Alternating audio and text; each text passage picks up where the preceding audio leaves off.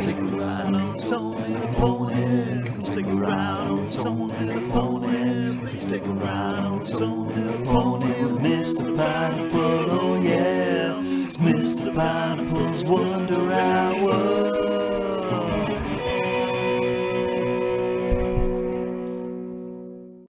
Hello and welcome to Mr. Pineapple's Wonder Hour, the show where we talk big pineapples, small pineapples, hairy pineapples, and everything in between. I am your host, Tony the Pony, and with me, as always, is the one and only, the incredible Mr. Pineapple. How are you, Mr. Pineapple? Good. I'm warm. It's fucking warm, isn't it? Yeah. I've had to shut my window, obviously, to block out the noise. Yeah. So I'm stanky. You're stanky. Well, my aircon's gone in my car, so... But that's not good. No.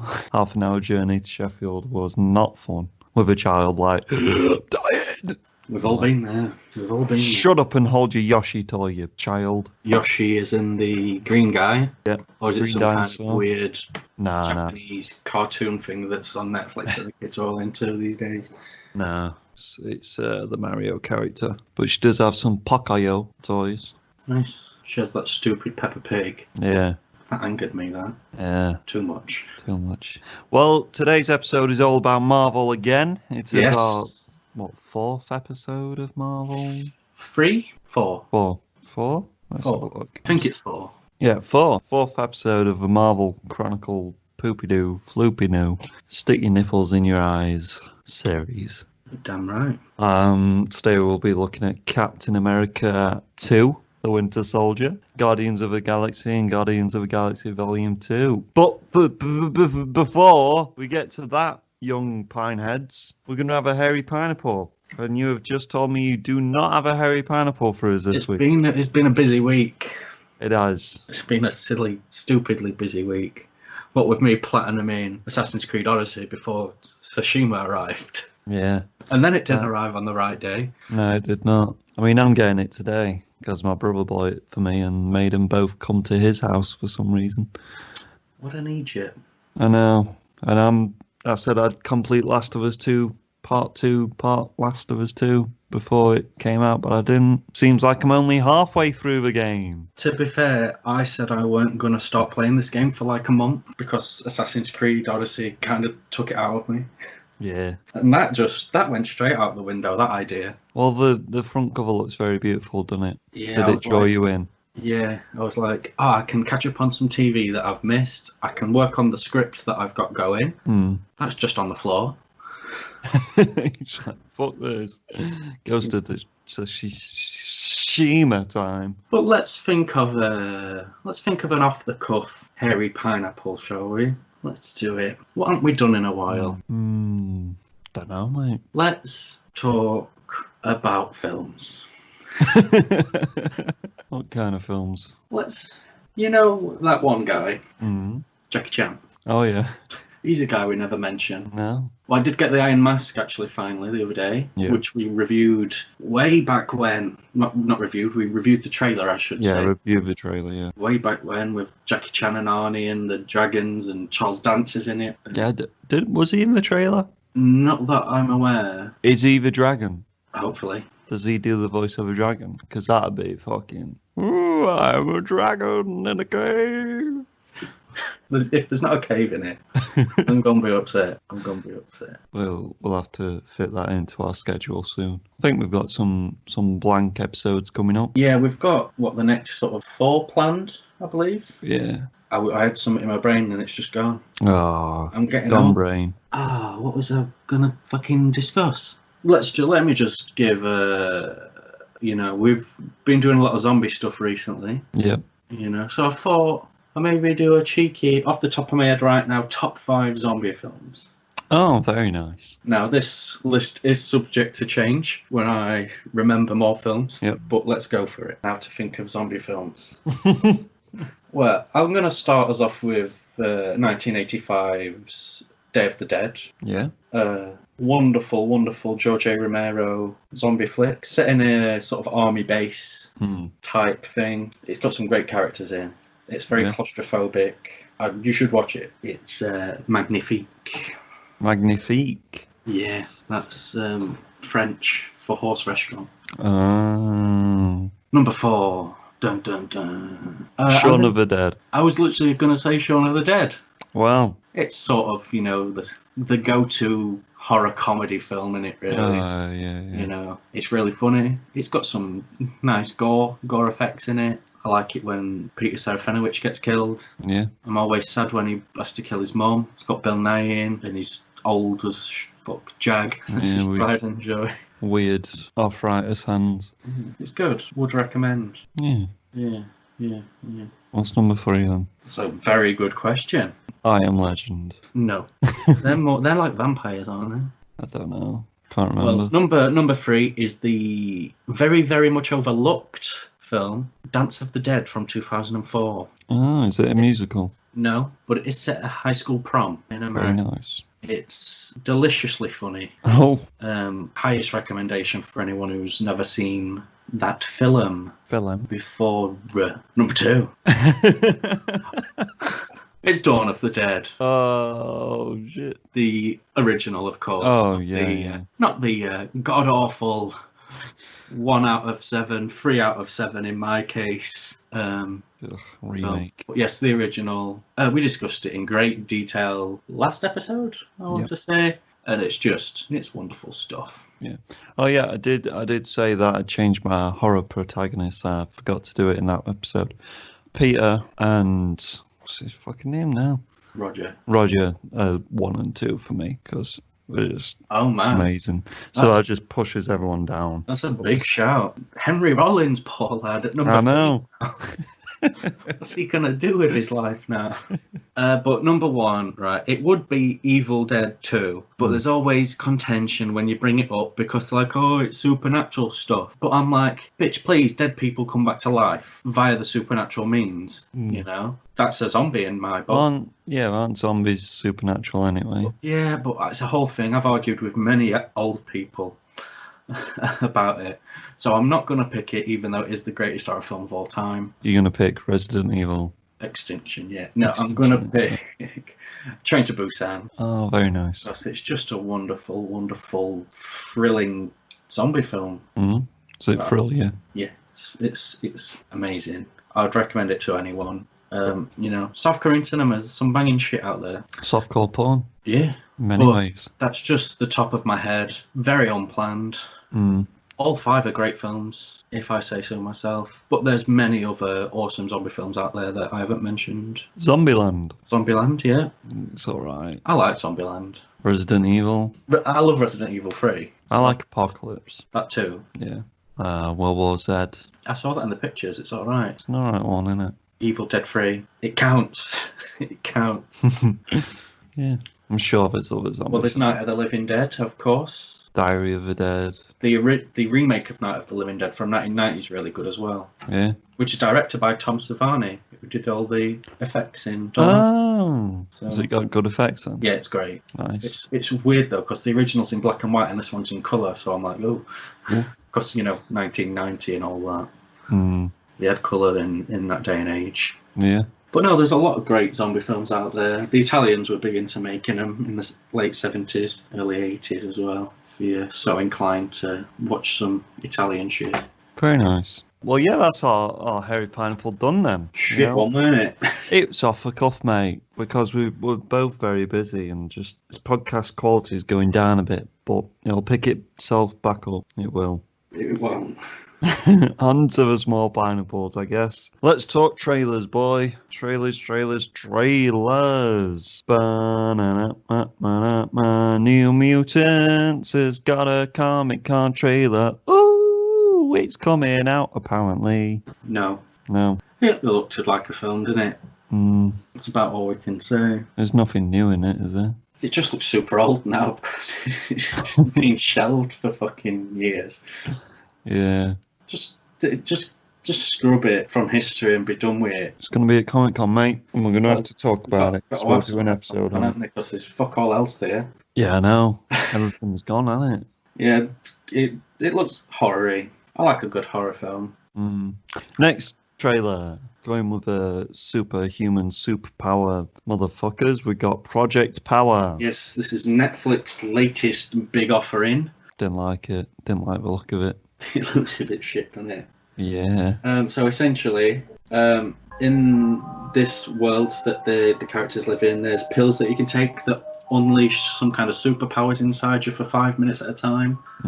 I don't know how the superpowers are distributed, or if it's just something in your body that the pill unlocks or something. Yeah, it seems like it just gives you like strength, to be fair. Well, there was a guy on fire. Oh yeah, true. Like an ice-looking man, like an invisible-looking dude. They explain it as, I guess power is in different powers. Oh no. Well, Joseph Gordon-Levitt and... yeah, he don't make it that many films these days, and he's decided to be in this fucking shit. Yeah, there's a hallway fight, which turns upside down as well. Inception. Got Jamie Foxx as well in it. Yeah. As the drug dealer. I'm probably never going to... Yeah, Jamie Foxx's daughter gets kidnapped or something. And Joseph Gordon-Levitt's a cop, and they have to team up to take down the gang because Jamie Foxx's daughter's been kidnapped, so Jamie Foxx would make these drugs or some shit. Yeah. It looks a bit shit. It looks like a shit version of The Boys. Like the one person taking down the superheroes and stuff. It just... boo, boo, boo. Next trailer. Hard Kill. Yes. Whatever happened to Bruce Willis? He did Glass. That was his last Hollywood kind of... That weren't rated highly though, was it? Oh no, it's a terrible film. The last good film he was in came out 8 years ago. Expendables. And that starred our boy, Joseph Gordon-Levitt as well. Looper. Oh, you like Looper, do you? Looper's awesome. I've heard people don't like that director. I love Rian Johnson. He makes wonderful... he makes great films. Yeah, I know, but people hate him, don't we? Yeah, because the little fanboys. Star Wars The Last Jedi is the best Star Wars, in my opinion. It's not the best Star Wars, but I enjoyed it. In particular, all the scenes that everyone hated. So did I. Specifically those scenes, and the female characters. I enjoyed those too. Yep, So I was in the them. cinema like, yes, this is going to piss everyone off, and I love it. I didn't see it in the cinema. Oh. The last Star Wars I saw in the cinema was Rogue One. Oh, yeah. Yeah. Shit film. I love Rogue One. I can't remember it, to be fair. It's the best one of the modern stuffs. I think I remember not liking it because I knew they were all going to die, no matter what. I was Just like, great. what's the point in this film? It's a proper full-on war film, and I loved every minute of it. You just like Donnie Yen, though, don't you? I don't even know who he is. Anyway. But yeah, Hard Kill. Bruce Willis plays like a tech mogul or something. What? Right. So he gets in touch with this guy played by Jesse someone or other who was in Desperate Housewives that one time. And then he's like, oh, your old pal who you thought was dead is back and he's a bad guy now and he's been doing bad shit in the world for the past 3 years. So don't let him steal this technology thing that I've created that can kill the entire planet, please. And then they steal... So he has to get his old crew together, which, of course, contains a former wrestler, Eva Marie. Oh my god. And then Bruce Willis's tech man's daughter gets kidnapped, so they have to go and save her. It looks shit. Nice. Bruce Willis, he made films like Die Hard. Well, it's because he only makes films if they're gonna like pan directly on his face because he gets more money. It's fucking shit. But straight to DVD films, there's a lot of fucking money in that. Not in this one. I mean, there is for Bruce Willis because all the budget will go on hiring Bruce Willis. It looks bad. Bruce Willis, man. What's that buddy cop film he did with Tracy Morgan? Cop Out. Cop Out, yeah. It's Sean William Scott as well. I've not seen it. That's Kevin Smith film. Kevin Smith's only film he made in the studio system, and it put him off working in the studio system for life. Nice. Because of producer interference and stuff. And Bruce Willis just being Bruce Willis. Bruce Willis. There's many Die Hard references. But next trailer, we've got Lake Michigan Monster. This looks fun, doesn't it? This is the kind of film I want to make. Yes. Looks like it's been made on about 15 quid. It does. But it looks good because it's in black and white, isn't it? It's like a throwback to the old... monster films, yeah. B-movies and all that. Which we're a big fan of. A bit like these kind of films. The Amazing Colossal Man. Oh. Very nice. Which I got the other day. It's a new set of tapes. I'm going to have to get the drive-in classics. Yeah. I hate life. But yeah, I don't really know what it's about. It's about the monster in the lake. Lake Michigan. I don't. It just looked weird, and I like Yeah. weird. Yeah, you look right up my street. To be fair, Oh yeah, the guy. that's why I said watch this one. Yeah, the guy swimming through the tunnel with a sword. That's It's just straight up me, innit? Everyone go watch this trailer. B movies deserve more audience, more credibility. Especially when I'm recommending them. Oh yeah, definitely. Well, the next one is Chucky. Yes, the new. I don't know if it's a reboot. It's a TV show. I know that much. Oh right, okay. But I don't know if it's a reboot or a remake or a sequel or because there's a film coming out. But didn't they reboot Chucky like a few years back? Yeah. With Mark Hamill doing the voice. I don't even know anymore. Horror films are tough to keep up with. There's so many things. But yeah, you don't really see much in this trailer. Sort of just a little sting, really, bit of a teaser. Yeah, it is on 2 TV shows, TV networks though. Is it? Yeah, it's on like Sci-Fi and Stars or some shit. Wow. So that was most of the marketing. They were like 2 TV channels. Wow. Yeah. I like Child's Play though. It's a good film. The original, that is. Yeah. I just don't know how you can make it into a TV show. I feel like it'll just get a bit boring after a bit. In the 80s and 90s, they all had their own TV shows. There was a Friday the 13th one. Freddy was in one and stuff. But they turned into more like anthology shows and stuff. So maybe it'll go down that old school kind of route. I don't know. But I guess we'll just have to wait a few months and see. Yeah. Well, the next 2 are fucking games, aren't they? From the Ubisoft Forward, was it called? Yeah. I was going to watch some, but then I couldn't be arsed, so I just read it. We did leave out the Assassin's Creed one, actually. Just realised. Oh, did we? But that was just literally like, look at this. Yeah, I don't like Assassin's Creed anyway. You know? Yeah. You're like, look at this gameplay. It's like Odyssey. I never heard of that one. But yeah, they've got like, I think it's saying England, to be fair. Yeah. Which is a bit stupid, but what are you going to do? Is it though? I mean, they've already done England, haven't they? I don't know. In that one Victorian. I've not played that one. Steampunk one. What's that one called? Steampunk one. Oh yeah. But yeah, we're going to talk about Watchdogs Legion. They released a fully CGI it was like cinematic. A short film, wasn't it? Yeah, it looks decent. It looked like they're copying the art style of Into the Spider-Verse a little bit. I'm never going to play it. And then they released a gameplay trailer as well, where you could, because the game's like recruit all these people into your gang to take down the big bad boy, who's some English actor, I don't know who it is. And then each different person has their own unique little play style. It looked a bit fun, to be fair. It looked just because the first Watch Dogs was very like trying to make it really realistic. This looks like it's gone down Saints Row kind of. A bit more cartoony. Yeah, definitely. A bit more fly on massive drones, and there's an RKO in it as well. You can perform an RKO because Randy Kenneth Orton. Yep, because Xavier Woods was streaming it on his as a sponsor thing, and then they did an RKO, and they were like, oh. Or I think it was a stunner. Maybe it was a stunner, but basically same move, innit? I've heard of it. But yeah, it looks alright. I forgot it were even coming out, to be fair. It got shown at last year's E3, I think. These end of generation games are just kind of just shitting out whenever now. We're just like, we've got to push it out before the generation ends. But next one we're going to talk about is Far Cry 6. Are you a big fan of the Far Cry series? No. No? No. Not my kind of scene. They look like the characters and the stories look good, but the gameplay I'm not a big massive fan of. Yeah. But this one's obviously got Gustavo Fring, that one guy from Mandalorian. Carlo Esposito. Yeah, it was he's that guy. Yeah, the bad guy. Yeah, he just plays bad guys. Yeah. He wants to be in a Marvel film, probably playing a bad guy. Very much typecast. Yes, but yeah, it's going down not Mexican, but Latino cartel. It's going down the Central American, Southern American dictatory, liberation kind of Che Guevara-y grenade son. Like Just Cause, but less parachutes. Yeah. He looked like a good villain though, when he's telling his son to drop a grenade into a group of rioters and such. Yeah. After his son was building a model of some kind. Yeah, his son's in the palatial place they live in. I'm a little innocent boy. Hello, Daddy. Drop a grenade into these protesters. I like it when he nearly trips over and kills them both. Yeah.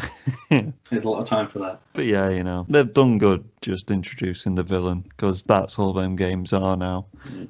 Which flamboyant villain can we get next? Basically. Yeah, pretty much, innit? Yeah. But yeah, that's the end of our trailers. The small pineapple section this week is a bit dull. You've missed a trailer, the second. Have I? Yeah. Oh, didn't pull that one down, mate. What's that one about? Well, get ready for this. Oh boy, he's excited. There's people in a school. Yeah. And they're leaving for summer vacay. It's American, I should add. They're leaving for summer vacay, Vacay. And like the governor's daughter or some shit goes to this school and her driver comes to pick her up. But oh no, it's not her actual driver. It's an assassin. An assassin? Yeah, right. And she's there with a friend, and her friend's brother comes to greet her friend, and they're like, "Hey, all this," and then she's like, "Ah, damn! I've left my laptop in the fucking school where no one else is in." Oh. And then the friend's her friend's brother's like, these people all look shady. Where's her dad and stuff? And her dad's been kidnapped or something, and there's like a billion assassins, and it turns out his brother was like an ex-army guy, and then it's basically just Die Hard in a school. Sounds it good. looks atrocious, and I can't wait to watch it. Right, okay. Has the guy anyone famous in it? It's got Casper Van Dien, who was Johnny Rico in Starship Troopers. Right. You've never seen Starship Troopers? I have, but I can't remember. Shut your mouth. Characters. Come on. And the guy who's playing the ex-soldier brother is Ryan Philippe. He was in a relationship with, I want to say Reese Witherspoon. He's in shit films. He's in Cruel Intentions. Remember that film? Oh, that one where she crawls under the table and sucks him off. Oh. Cool, that sounds good, though. Yeah, you should watch the trailer. It looks atrocious. Good. I can't wait. On to the news. Yeah? That's what we normally do, yes, sir.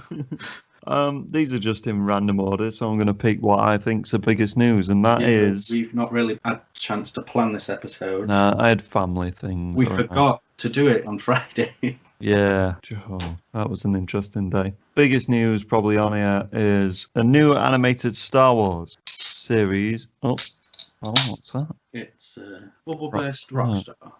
Oh. With 25% more taste and 25% more caffeine. Yeah? Is it nice? I like it. It reminds me of my uni days when we had to stay awake for hours because we left everything to the last minute. Nice. We'll tag Rockstar in the episode, so we might get a sponsorship. Yeah, the sponsorship. But yeah, Star Wars, the new Star Wars animated series, The Bad Batch. Ooh. Yes, it's a Clone Wars spin-off. Yeah?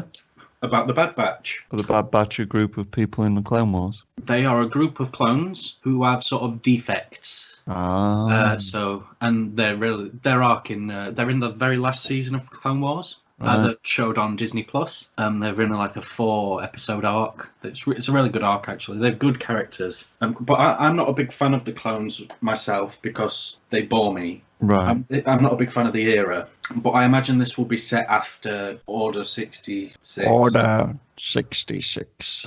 It'd have to be, unless they're going down this is what they were doing during the Clone Wars. I don't think it will. I don't know, but either way, I'm excited. This is dropping next year, I believe, on Disney Plus. Disney Plus, Disney Plus. Well, I've got some other news about Disney Plus, my good old friend. Never heard of it. These are little rumours, apparently. Hayden Christensen apparently supposed to play a big role in the Obi-Wan series that's coming. Probably won't watch it now. Oh, I will. It'll probably be a voice in Obi-Wan's head. Hopefully just him burning to death in real life. Because there is another rumour that Darth Vader himself might be in it as well. That excites me in my pants. That'd be cool to have Hayden Christensen as Darth Vader with that helmet on, speaking to Obi-Wan in his Force streams. Just give me a Darth Vader show. Be done with it. Yeah, they should, shouldn't they? Just him going around fucking shit up. Yeah. But if you like Solo, there's rumoured Solo spin-off, many Solo spin-offs apparently, and Aldrin Hitchcock, that's his name. He said earlier this week that he's pretty sure there'll never be a Solo sequel, but he teased coming back as a character in some capacity. That's a shame. I really liked Solo. I did. It was a different taste and style. Heist caper. Yeah, but people until there's several thousand twists at the end. Oh yeah, but I like Paul Bettany in that. I like it when he sends texts. Yeah, his little lightsaber knives. Was that a good film? I liked it for the most part. Yeah. It was very dark in the first 20 minutes, though. Did you not think it was tough to see stuff? Yeah.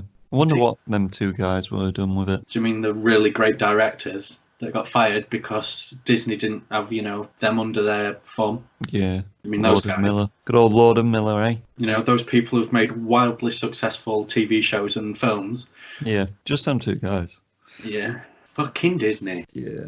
Fucking Kathleen Kennedy. Kathleen Kennedy. Kick her in a cunt. Kick her in a country. But other Disney Plus news, Falcon and Winter Soldier won't make its August debut. Yeah, this gives me sadness. But to be fair, WandaVision apparently is not going to be delayed till next year. Well, that's out in December, is it not? It's supposed to be. That's what it's on track for. But Falcon and Winter Soldier looks like it's going to be now released next summer, was it? Which is, gives me sadness. Yeah. Stupid, isn't it? I don't know, WandaVision's going to be interesting. Loki, I don't know. Depends what we do with it. But Falcon and Winter Soldier, I'm quite excited for that. I'm just excited to see Baron Zemo with his purple mask, to be fair. But let's do some other things that have been announced, shall we? That sounds like a good thing. Happy Endings reunion. Not sure what this is. Happy Endings is a wonderful, wonderful American sitcom that got cancelled after 3 seasons. I love this sitcom so much. It's so funny. It's offbeat. It's just downright silly in places. Silly sitcom. Yeah. Great cast, they all work well together. It filled that void in my life when How I Met Your Mother ended. Aww. And then this got cancelled. It's just been downhill since then. But yeah, they're getting back together to do a one-off Zoom special, that everyone's doing these days. I've saw that Ben Stiller's doing one as well, like an unproduced script kind of thing with a bunch of famous dudes and dudettes. It just gets boring after a while, doesn't it? You get boring after a while. I think they should just risk their lives and sit in a room together instead. Yeah. Fletch is getting a reboot. Fletch? What's that? Fletch, it's a Chevy Chase comedy from the 80s. He plays like a private investigator type character. He's a bit bumbling and whatnot, Bumble. It's getting a reboot with John Hamm, who's got good comedic chops. He has. He's in Wet Hot American Summer. He's in Tag. He's in Mad Men, that famously funny show. Yeah. Have you seen Tag? Yeah, I enjoyed it. It's got Jeremy Renner in. Never heard of him. Speaking of Jeremy Renner, I forgot to do this in the Marvel Disney Plus news, but Hawkeye's found its director. Who have we got? Who have we got, eh? Who have we got? Well, let me tell you. We have got Rhys Thomas. Rhys Thomas? Rhys Thomas. What did he do in his life? Well, would you like to know? Yeah, did a bunch of shit, didn't he? Troop Zero, Dance Camp, Staten Island Summer. Staten. Yeah. That's a fun teen comedy, actually. Staten Island Summer. John Mulaney and the Sack Lunch Bunch. I like John Mulaney. He's a funny comic. Bert and Bertie as well. Did them. Next bit of news. The Russo brothers are directing Netflix's most expensive original film with stars Ryan Gosling on that penis and Chris, I'm Captain America, and it's going to be called The Grey Man. What do you think about that? I'm not that interested in it, to be honest with you. You think it's going to be another action man? It's going to be another shit film, innit? We haven't even seen Extinction, though. They just outdid themselves with Infinity War and never going to get as good as that. Well, they made that one film, didn't they? Don't. Endgame. Oh boy, sure they did. But Netflix are, what is it, an animated Samurai Rabbit show?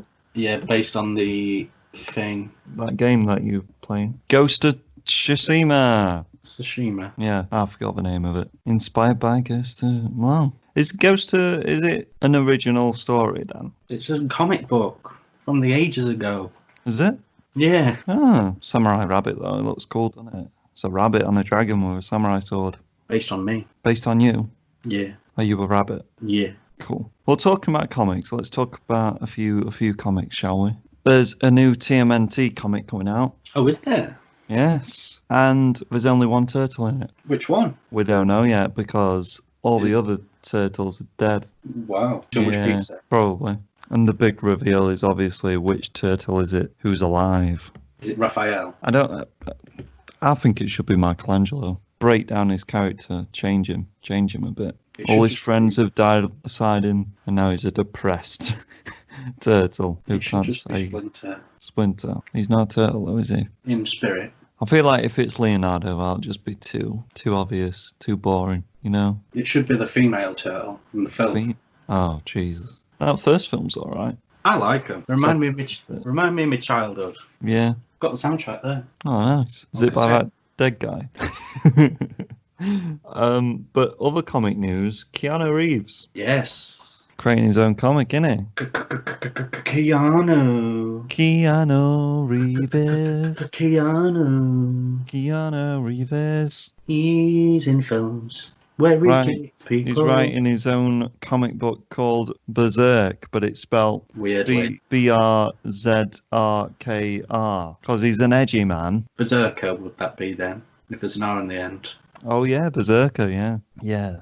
Don't know why he's doing this. Based on John Wick. Yeah. And The Matrix and Bill and Ted. Just every character-wise. And that cameo in SpongeBob. Do you want to hear the plot synopsis? I do. The man known only as Berserker is half mortal, half god. Of course he is. Cursed and compelled to violence, even at the sacrifice of his sanity. But after wandering the world for centuries, Berserker may have found a refuge, working for the US government to fight the battles too violent and too dangerous for anyone else. In exchange, Berserker will be granted the only thing he desires, the truth about his endless blood-soaked existence and how to end it.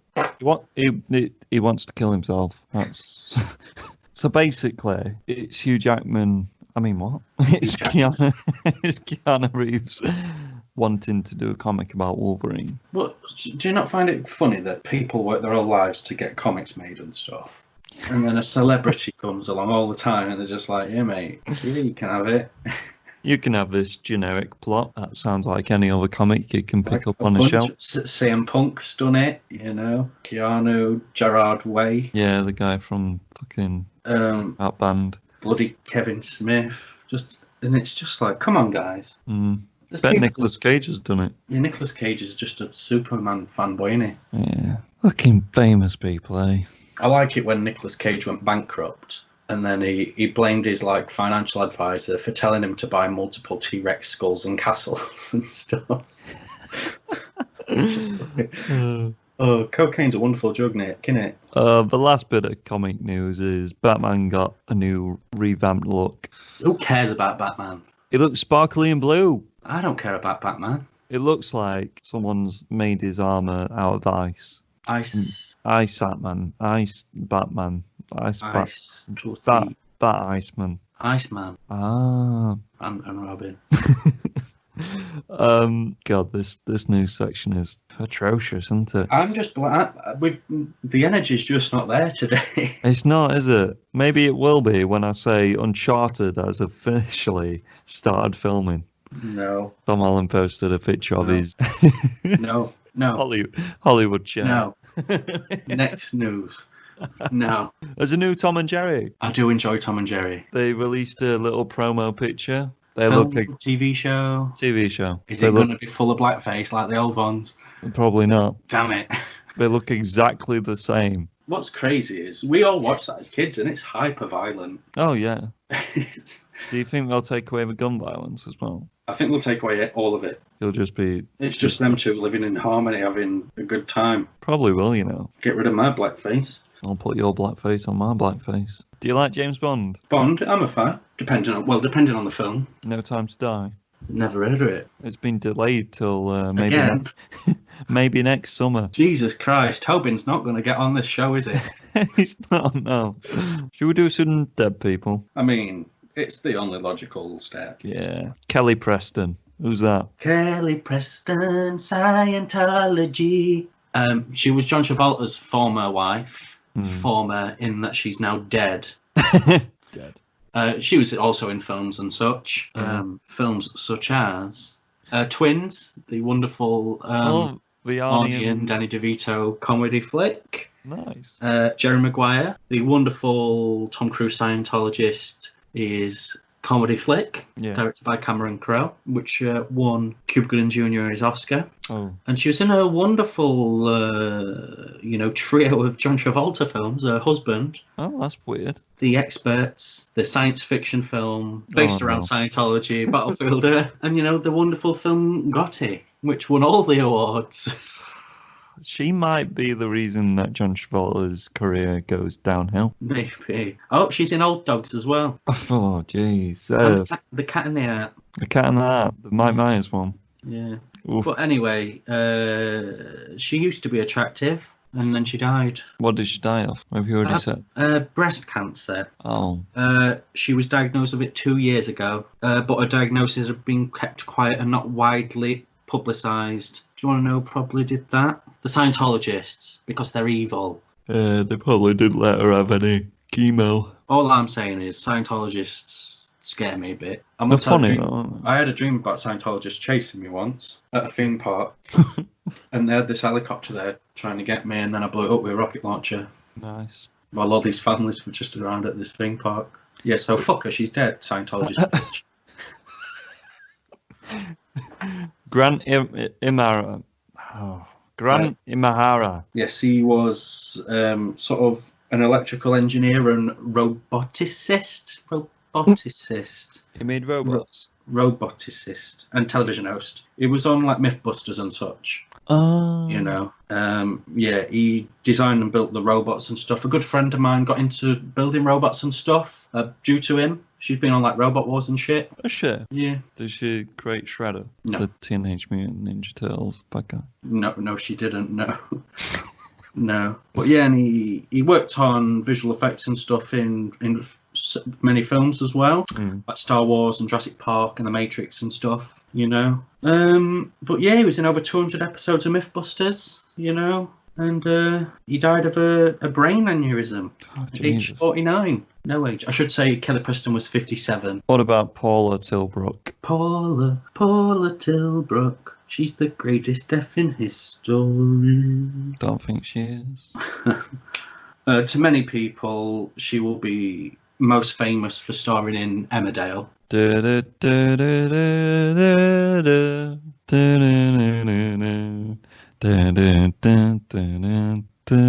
that EastEnders?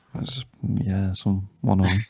Yeah, she played Betty Eagleton from 1994 to 2015.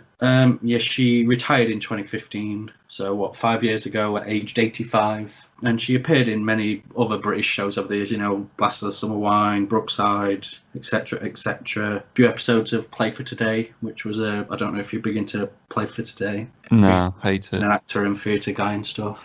No, not a fan. No, okay. I don't think it should have ever been written. Sure. But yeah, she was 89. 89? Yeah. Bless her. Not 90 though, is she? Oh, no, she died in December 2019, but her family only announced it in July this year. That's weird. So 6 months after. That's very weird. Yeah. Who's Galingorg? What was that, sorry? Who's Galingorg? What?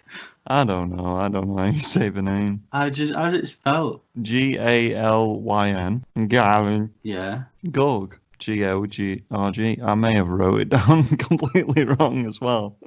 Galen Gorg. Well, she was best known for being in RoboCop 2. She was an actress, I should say. And she played a girl on Mantis called Lieutenant Maxwell, which was television's first black superhero program. Shit. So yeah, and she was in an episode or two of Fresh Prince and stuff, as every black person was in the 90s. Yeah, but yeah, she was there. She died the day before her 56th birthday of cancer. Sad. Dead.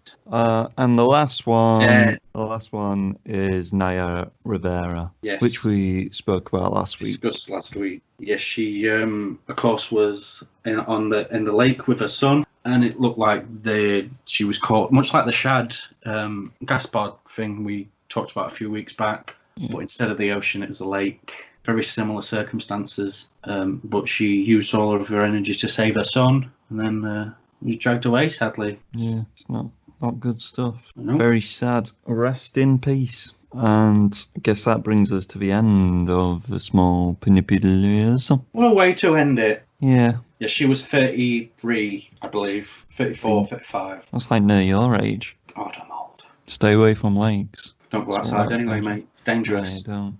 It That's is. what Scientologists are. True. They'll get you. I might join Scientology. Oh, it's expensive. Is it? Is that why all the celebrities join it? All the celebrities join it because they're fucked up. We're fucked up. No, Mm. we're just a bit different. Well, that's the end of the small pineapples. Let's go on to the big one. Hopefully this will perk us up a little bit. Big pineapple time. Boop, boop, boop, boop. You need to get that keyboard so we can have some little jingles. I've got some maracas Have you? from Spain. Oh, that's cute. Big pineapple this week. Marvel.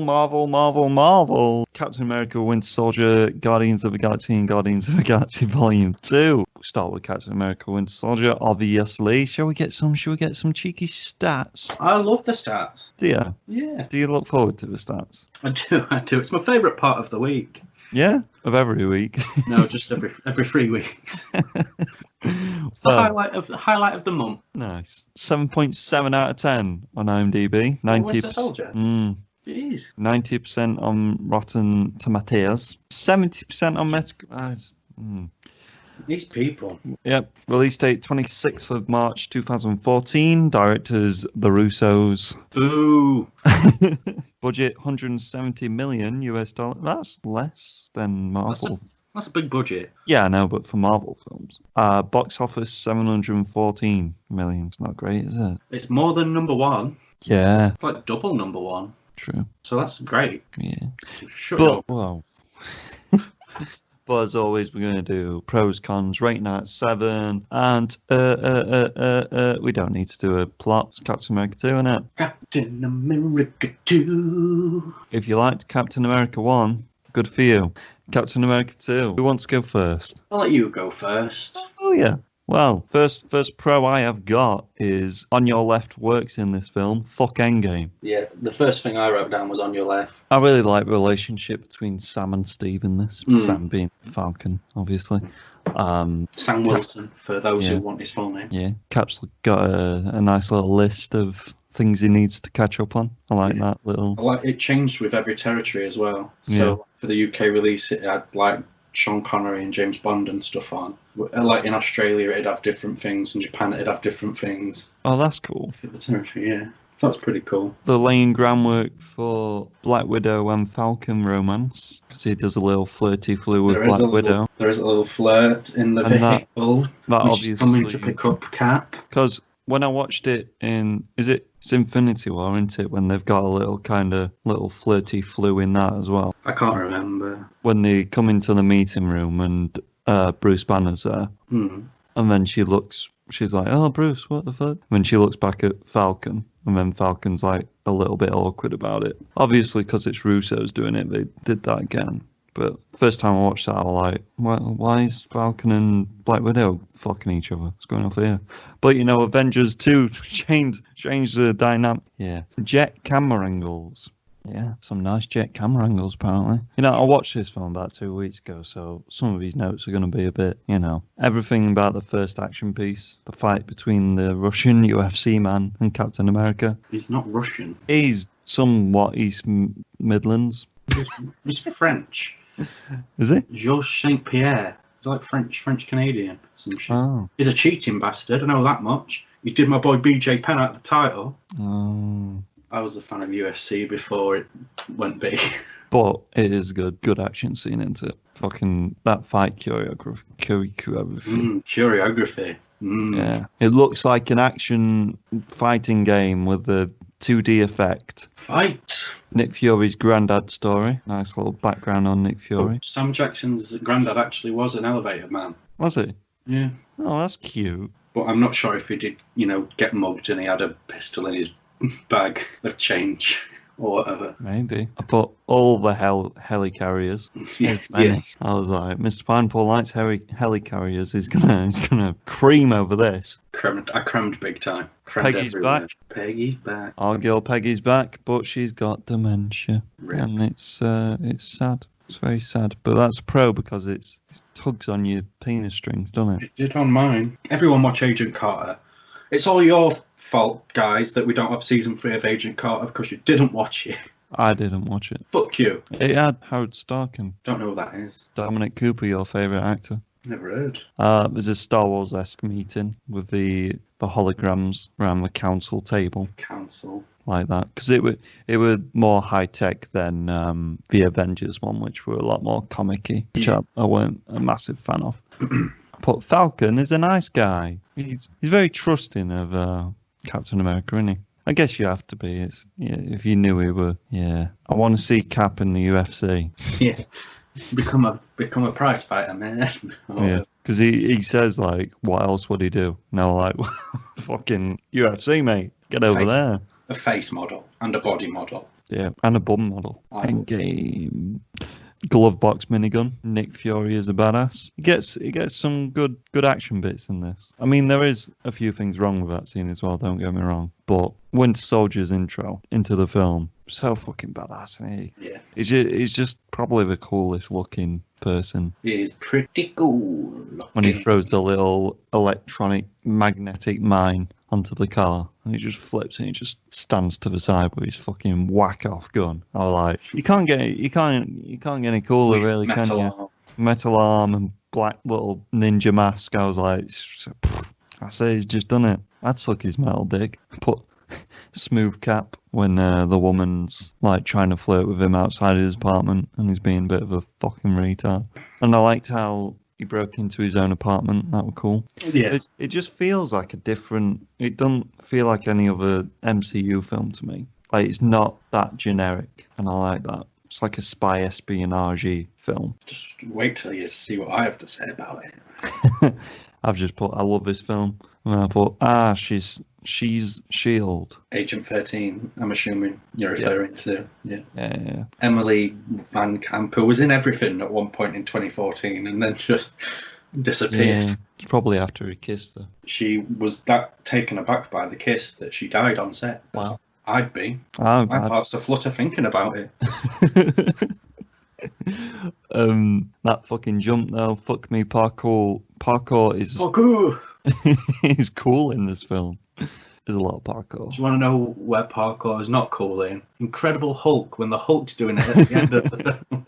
God damn it. I just put Winter Soldier because he's cool. Nick is fake dead. He should definitely be dead. Robert Redford, he's a good egg in this film. He's a good baddie. More official, like, how do I put it? Businessman baddie, you know. You can't see him getting his hands dirty. But the senator's back. Gary Shandling. Yeah, I'll hate Hydra and all that. What? His last film role before he passed away. It kind of lets you know why he wanted Iron Man's weapon so much, doesn't it? In that one film. Yeah, just from that one line, really. That one little scene. God, it's good, isn't it? This film's good. Stuntmen react just because I watched the Corridor Crew videos, especially on this film. And now I can see where all the little bits are. And it's fun when you can see the guys actually in the film. You're like, hey, is that Stuntman and all that? Because Amy Johnson was in it as well, weren't she? She was Black Widow's stunt woman and stuff. I'm a big fan of Amy Johnson. That line before we get started, does anyone want to get out? It's like, it's beautiful, isn't it? It's beautiful. And then the elevator fight, obviously. And the shield flip. And then I put, he's driving with his helmet. Oh my God. Because you obviously had the problem with him in Avengers driving away on the motorbike without his helmet. Yeah. Which you think he does doing this as well. Near the beginning. Yeah. And then how... It angers me. how he takes down that jet with a motorbike. Sexy, innit? It is. Winter Soldier backstory with Black Widow. It's... I just want to see that. you know, they should make a Black Widow franchise. I don't care. Because she mentions how she saw him once, but she didn't get a good look at him or something in one of her previous missions. I want to see that. Maybe he's Taskmaster. What would you do? Took off the Taskmaster mask and it's Bucky. Don't know about that. I know, it'd be a bit weird, wouldn't it? But it'd be cool. It's a contender. Fugitive Cap makes him more relatable and cool because he's a bit more. He's a bit less. Yeah, he's a bit less like, oh, America, yay! Clark Kent glasses, good old disguise with a baseball cap and the Now, but that kiss though turned me on. The escalator kiss between Black Widow and Cap. Oh, like, she's getting in there, isn't she? Fucking dirty bitch. Dirty girl. The relationship between Cap and Black Widow is cool. It's just like a friend, but you could see him fucking, you know. That's a good way to do a flashback. God, I don't. I'm guessing you're referring to the Zola stuff. Yeah, can't remember what though. Can't remember the film, mate. It's nice to see him in his computer form, though, isn't it? Shut up. Not a massive fan. It's not like proper Zola though, is it? No, but... Oh, yeah, that's the flashback when he's about to go into that facility and then he sees all the soldiers running. Yeah. And young Cap stares at him and stuff, but it's shot like he's actually there. Yeah. I really like that. Creepy atmosphere really makes it feel old and run down. What was that? I saw a reference, but I can't remember. Probably not. Oh, it was, I think someone says, do you want to play a game before the... It's not a Saw reference. It's a reference to the film War Games, which is about computers and stuff. It's an 80s film with Matthew Broderick in. Oh. Come on, man. I mean... Learn your film history. That line's in Saw as well. But is that a reference to it? Who knows? It kind of... If you're not looking for it, I don't think you see it. But it shows kind of a plot reveal in Civil War in this film. Like, in there kind of... You know, when we're going through Winter Soldier's history and it shows how it's dark deceased and stuff. Because obviously the plot reveal in that film is he killed Iron Man's parents and that's what turns the tide. But in this, it just kind of shows it in the background of, which I thought was pretty cool. Poor Renata. Who's Renata? Oh, the maid. Oh, yeah. Yeah, when she comes back for a kid. Oh, poor Renata, man. She gets shot. She has a family. She forgot her phone.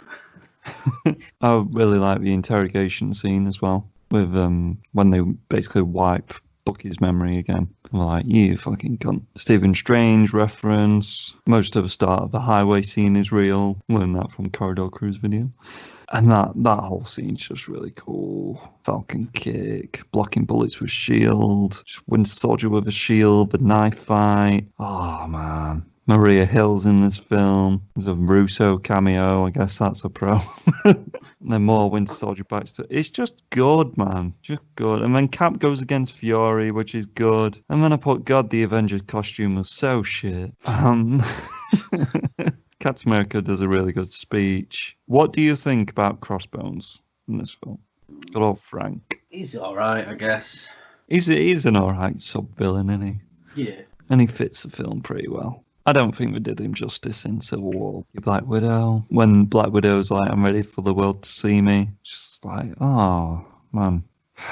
This is as violent as fuck. Guy in turbine. That's good. Is it Winter Soldier that chucks a guy in the turbine? Possibly, turbine blade. I think he just picks him up with his metal arm and chucks him in. Yeah. Oh. Ew, eye. Something wrong with an eye, apparently. Nick Fury's eye. Oh, yeah. Gammy Nick Fury eye. Boo. I put Frank would have been a good Punisher. It's got a good old... A few years back, maybe. Yeah, he's getting on a bit, isn't he? Bit old now, isn't he? I actually thought Cap was going to die when I first watched this film in the cinema. Yeah. Because of, obviously, the Winter Soldier storyline in the comics. And it kind of, you know, when it ends with him falling into the water. It's just a really tense scene. And that, when he's punching him in fucking face, punches to Cap's face, it's just horrible. Looks painful, doesn't it? As someone who's been punched in the face multiple times. Have you been punched in the face by a big robotic arm? Not recently. It's weird that it feels like the end of a film, but then it cuts to Falcon and Crossbones still fighting in that fucking building. It's like this really emotional, impacting scene where Cap's falling into the water and shit like that, and it's like, Oh wait, we forgot about these two characters. Quick. And then it's got the Crossbones reference at the end, and a Tarantino reference, which is always cool, isn't it? What's the Tarantino reference? On the gravestone, it has the Nick Fury's gravestone. It has the epitaph, yeah. Yeah, the passage that thing he says in that one Tarantino film. Your pros. Are we done there? On your left. On your left. Yeah, I like the relationship between Sam and Cap in this. Yeah. It's just a really organic, quite endearing, sweet-natured. Yeah. Because they've both been through war and stuff, and it does deal with PTSD a bit with the sort of counselling kind of sessions that Sam runs and kind of stuff like that, which is pretty cool. Guess that makes another appearance, doesn't it, later on? Russos like to carry things on, don't they? Black Widow, she's fuckable. Oh, I mean, that kiss, mate. Poof. They all are. Everyone in the cast. I'm going back to the times of Caligula, me, mate, and just having an orgy. I'd love to. It's going to be wild. I like Frank Grillo. I think he's good in his role. Yeah. But if they didn't know he were going to turn bad straight away, then he just always had that air of turning about him, didn't he? Yeah. Well, I think he was better at hiding it than the other guy. I forgot who he is. He's been in loads of little cameo roles in big films. The guy with the slick back hair. Oh, yeah. It was literally like, I'm bad guy face. Yeah. I like the backtrack fight with GSP at the beginning. Yep. I backtrack the Leap as a fun character anyway in the comics. That was sort of an allusion to him. That entire sequence is great, to be fair, in general. Yeah. All the the sneaking and whatnot. It's brutal at one knife. Cap when he throws the knife through the guy's hand. Oh yeah. It's brutal stuff. It's very violent. There's many very violent things in this film, to be fair. Yeah, I like the violence in it. It almost seems like the most adult Marvel film we've had in the definitely. MCU in many ways. It's very grown up. Yeah. The entire opening's just great. I'm a big fan of it. Oh, Cap in his incognito hat. I'm a big fan. Yep. Yeah. Who doesn't love a good incognito hat when he goes to the museum about him? Yeah. That little kid recognizes him or whatever. He's like, shh. Old Peggy. Yeah. Gives me sadness. She's my girl, Peggy. I'm a big fan of Agent Carter, as people can probably tell. I love the casting of Robert Redford in this film. He's good, isn't he? It does everything I need. He's a wonderful actor in any way. Just adds a little bit of gravitas to it all, doesn't he? He does, yeah. Old school Hollywood appeal. Definitely. That, I'm a big fan of. He's a good dickhead as well, because he looks like he don't really look that menacing. No, not in any way. Because we don't know up until this point that it's going to be like a conspiracy, espionage-esque film, But adding him into the mix does anchor that. What I was going to say, he looks like he'd be cast as the kind of Nick Fury role, or like the good guy. I think that's why he's so good when he does that switch and when he shoots Renata. Oh, Renata. I was like, wow, big boy. Yeah, he's a lad. Robert Redford is. I'm a huge fan. I like the car, the Nick Fury car. Yep. I like all the James Bondy type gadgets and stuff. Definitely. That's pretty cool. Who don't love a minigun in a glove compartment? Hey. Every car should come with that option, as an upgrade. The car chase around there is really well filmed. I'm a big fan of it. I just love all the practical effects in the film because it was mostly practical, which just, again, added to the sort of old school feel of the film. Especially with a Marvel film. Yeah, I loved it. I love Winter Soldier's entrance. Yeah. He's just a lad, isn't he? Yeah. What I like about him in it, obviously he's got his metal arm, but he doesn't really use the metal arm for action. He mainly uses it for defense. Yeah. He uses it like Cap's shield to block bullets and stuff. The only times he really uses it for action is when he's punching the shit out of Cap at the end. Yeah. Which is pretty cool. Big fan. Must be really good for aiming as well. Yeah, it should turn into a gun. That's Transformers. Oh, yeah. Rip Fury. He's dead. He's dead big time. But is it Fury or is it Ben Mendelsohn? Yeah. Good old scroll guy. Forgot his name. Peter the Skrull. Yeah, Peter. I just wrote at this point, I love conspiracies and espionage. Love them. I love them. Yeah. I can't get enough. Agent 13, unnecessary character in many ways. Yeah. But fuckable. And we get onto the elevator fight. Do we. It's wonderful. It is. I like the tightness of it. It's very compact. I'll just like the growing tension of everyone getting in it on different floors. And then, as you said earlier, the line, it's wonderful. And it's wonderfully executed as well. I ship Nat and Cap so hard, man, in this film. Like, I just want them to get together and just have a good time. Let me watch. It's that scene in Car, isn't it? When they're like proper flirting now, like, God, they just fucking pull over and fuck. On the car. Yeah, I'd pay to watch it. I'd create it in a little cartoon drawing just for you. I just ship them, like, majorly. Yeah. Fucking Bruce Banner. What a prick. Even the Falcon and that, like... Makes more sense. Yeah, God, Avengers. Then we get... I like going back to the army facility where he got trained originally, you know? And we see Zola, Bobola. I like the explosion. I like explosions. They're always fun, you know? I just, you know... Ooh, Nasty Robert.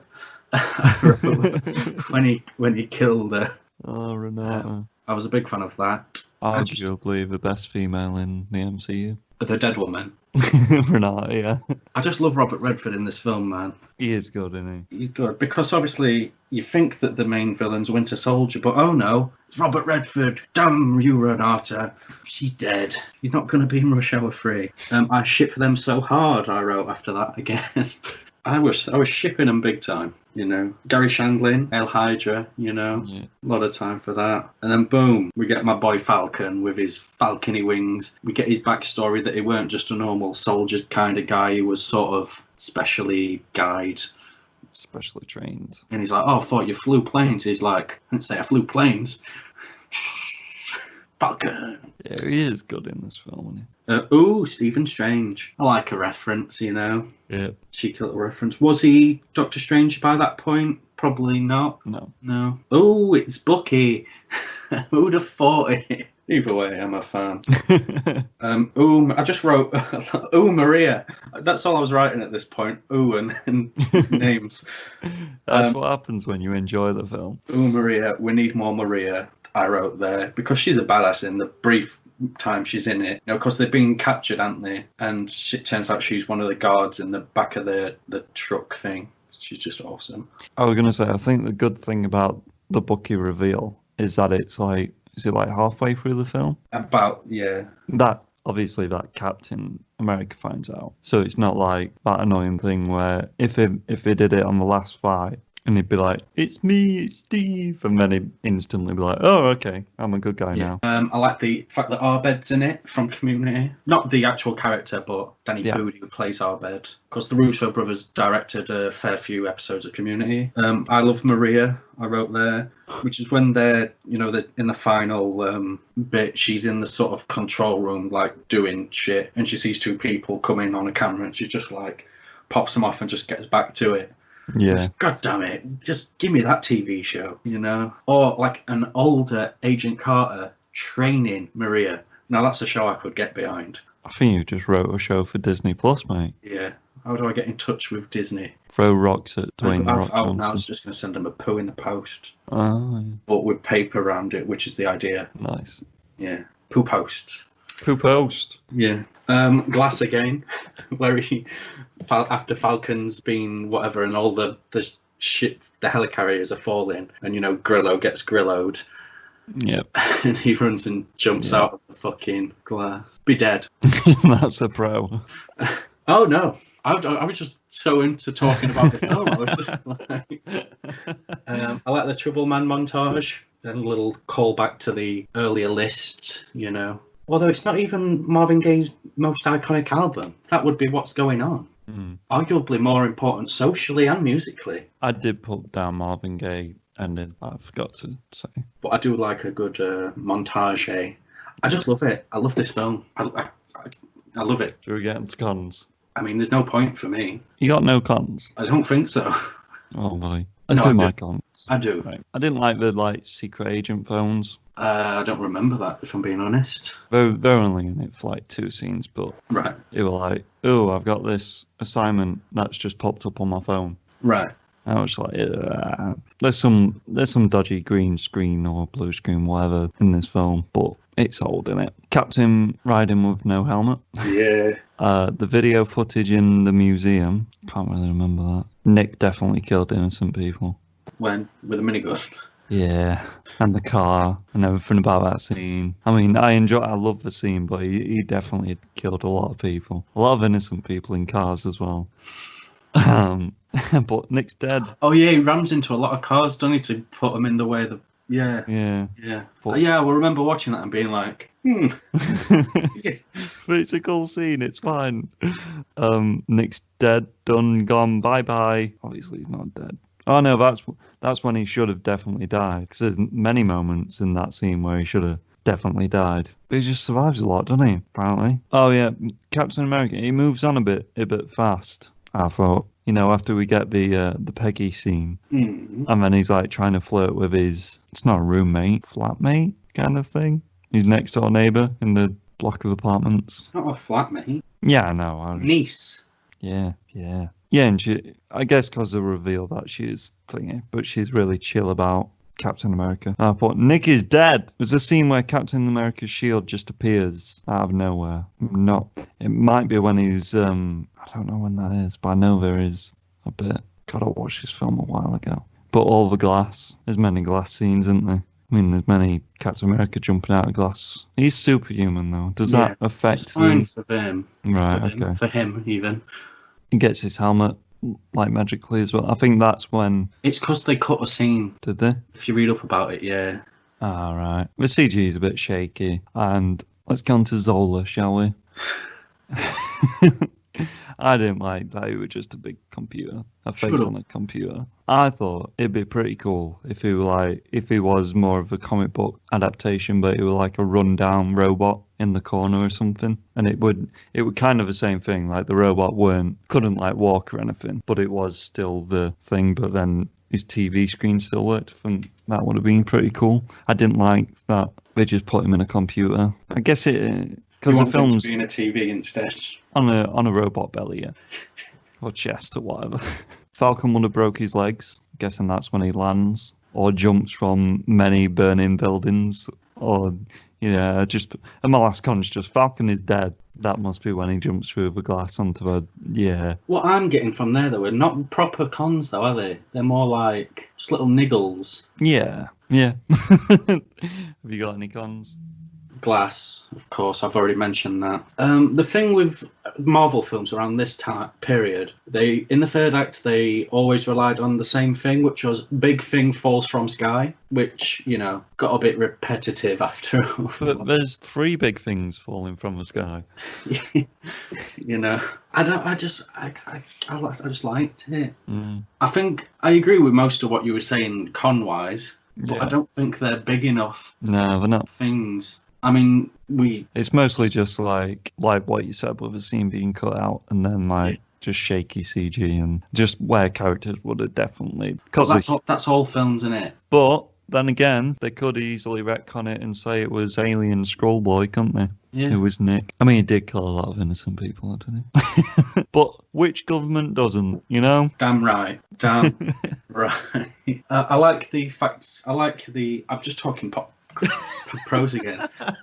When Robert Redford's character's like, "Oh, I became like this because of you," to Nick Fury, when because Nick Fury saved the people in Pakistan or whatever. He did it against orders. He was just like, "I was doing what you did." I'm like, "Yes, Robert Redford, yes." I love Robert Redford. This is such a good film. I'm gonna buy it. I'm gonna buy it, even though I've got Disney Plus. I'm gonna buy it. Nice. Because the only MCU film I own is Guardians of the Galaxy. Is it? And I didn't buy that. I don't even know if I think I own Infinity War. You do. I've seen it in your house. Yeah, I think that's it. Oh, and many Iron Mans. Yeah, you had Iron Man 2 was in my house the other day. But they're not mine. The worst Iron Man film. Should we get on to the summaries? You summarise it up, big boy. Excellent action film, great character building, makes Cap a more relatable character, and the side characters have their own growth and stories explored in this film, not just a Cap film. Best hand-to-hand combat in a Marvel film, slight nods to outside references of the fucking universe, but not too overshadowing. Really love this film. What's it? What's yours? Pros. I like the knife skills of Winter Soldier, where he's like dropping the knife and grabbing it and stuff in the knife fights. That's just badass. And I like that it's set over just like a couple of days as well. Set for like 2 or 3 days. Yeah. A lot of time for that. Because you feel like shit. Like with them, you're learning like, as they're learning stuff, you know, and they're having to adapt quickly. I've got a lot of time for that. That's such a good. I like this film. What's your summary? A near perfect film. A wonderfully executed conspiracy thriller in the vein of the 70s classic. The casting of Robert Redford anchors this, and boy do I ship Cap in now. Nice. Ratings then. 6.8 out of 7. Yes. We're not doing 0.8s. 6.5. It's closer to 7. That's why I put 6.8. That's a 7. I don't want to give any film a 7. Any film ever. Not until, because it's not on the same level as some other films in the MCU for me. But I don't want to give it a 6 because it's too good to be a 6. I'm sticking with 6.8. Okay. Well, I struggled with rating this film. Right. Because I'm torn between two numbers. I'm sure you can guess what those 2 numbers are. 6 and 7. Between 6.5 and 7, yeah. 6.8, you know. I'm gonna give it a 7. Yeah. Oh boy. I'm giving it a 7. I love it. The faults are just little niggly things that don't take away from the film for me. And I've not seen this film since the pictures, when I was incredibly drunk, as you know, because I've told you. I spilt the popcorn everywhere. Rip. But it's good. It holds up. I'm going to give it a 7 as well. Fuck it. Is it? Yeah, I had to nitpick, you know. It's more to do with the backstage stuff. Than the actual film itself. It's good. It is good, isn't it? 2 big boy 7s. Jesus. I never thought it would happen, but then I rewatched it and I was like, I love it. That's 3 7s we've had now on the show, is it? Yeah. If we don't take into account No Cons Jade. Yeah. And our favourite films, I guess. Yeah, but we didn't review them rating-wise, did we, sadly? They're off a scale. Yeah, they're like 12 out of 7. Yeah, so that was Captain America Winter Soldier. Let's get on to Guardians of the Galaxy. Let's do stats, boys. 8 out of 10 IMDb, 91% Rotten Tomatoes, 4 out of 5 Common Sense. Released 31st of July 2014. Same year as Cat. Yeah, director James Gunn. Budget 232 million. Apparently, it's got 2 numbers: 232, 195. Who cares? Box office 772.8 million US dollars. So basically, like kind of same as. It's very similar, yeah. Yeah, I'm gonna let you go first, boys. Pros, give it to me. Well, I just like the gamble that this film was, because these are a cast of a cast of unknown characters. You know, only like hardcore, fucking full-on nerdy people that know these. So it was major gamble that paid off for them, and I enjoyed that. I like the fact they took a gamble. Definitely. And didn't just go down the route of let's make another Iron Man film, so let's kick off, shall we? We've got the opening, 1988. The soundtrack kicks in straight away, 10cc, Yep.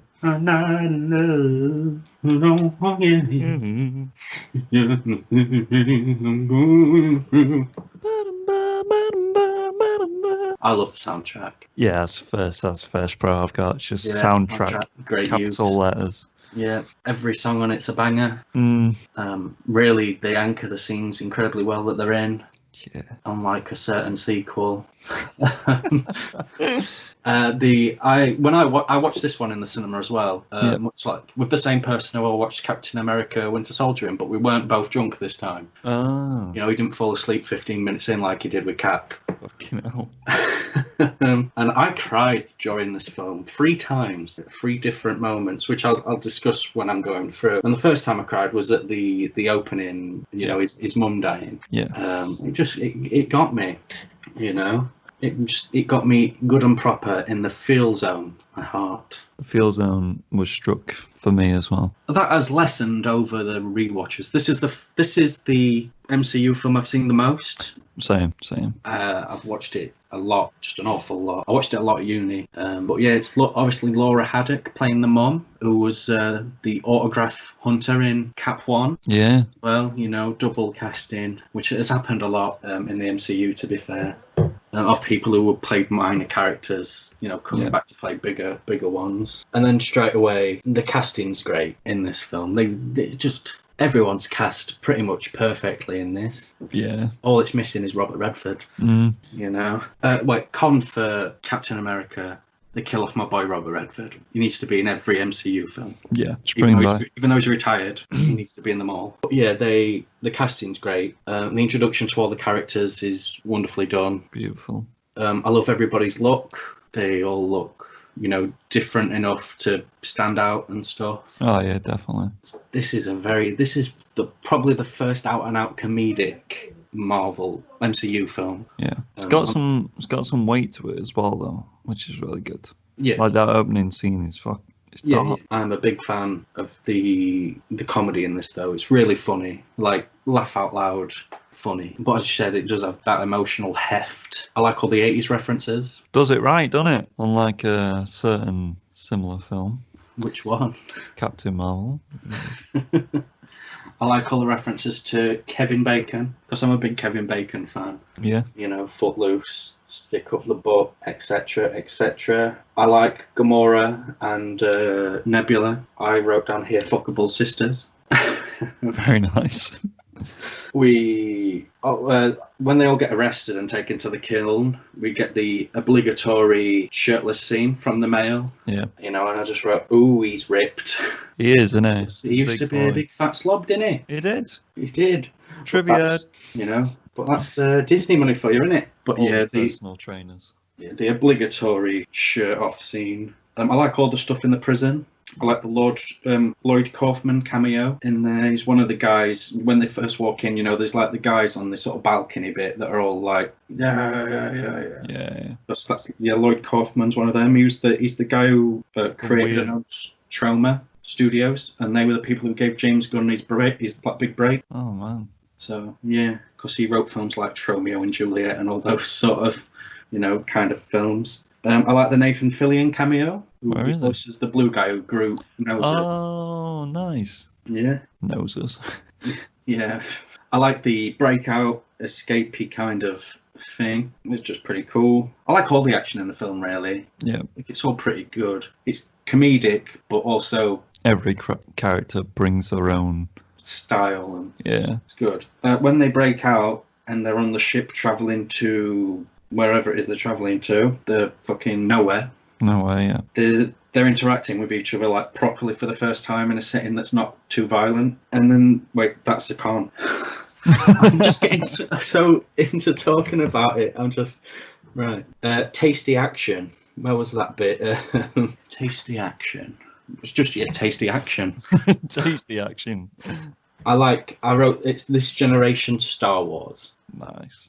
We Are Groot. That is the next piece that I cried at. Groot rip, dead. Yeah. Yeah, he dies. He does, doesn't he? Yeah, took a risk in killing off a character. Did they? Yeah, because he died. Did he though? Yeah. Did he though? Yeah. And I also cry at the bit, when he opens the present finally of his mum from the beginning and stuff. Mm. And he puts in Awesome Mix Volume 2 and plays the lovely Marvin Gaye track. It's the second film of 2014 by Marvel that's got a Marvin Gaye montage at the end. Unintentional, maybe. But maybe. Yeah, I cry at that bit as well. Aww. With the letter and stuff. It's just, it's good.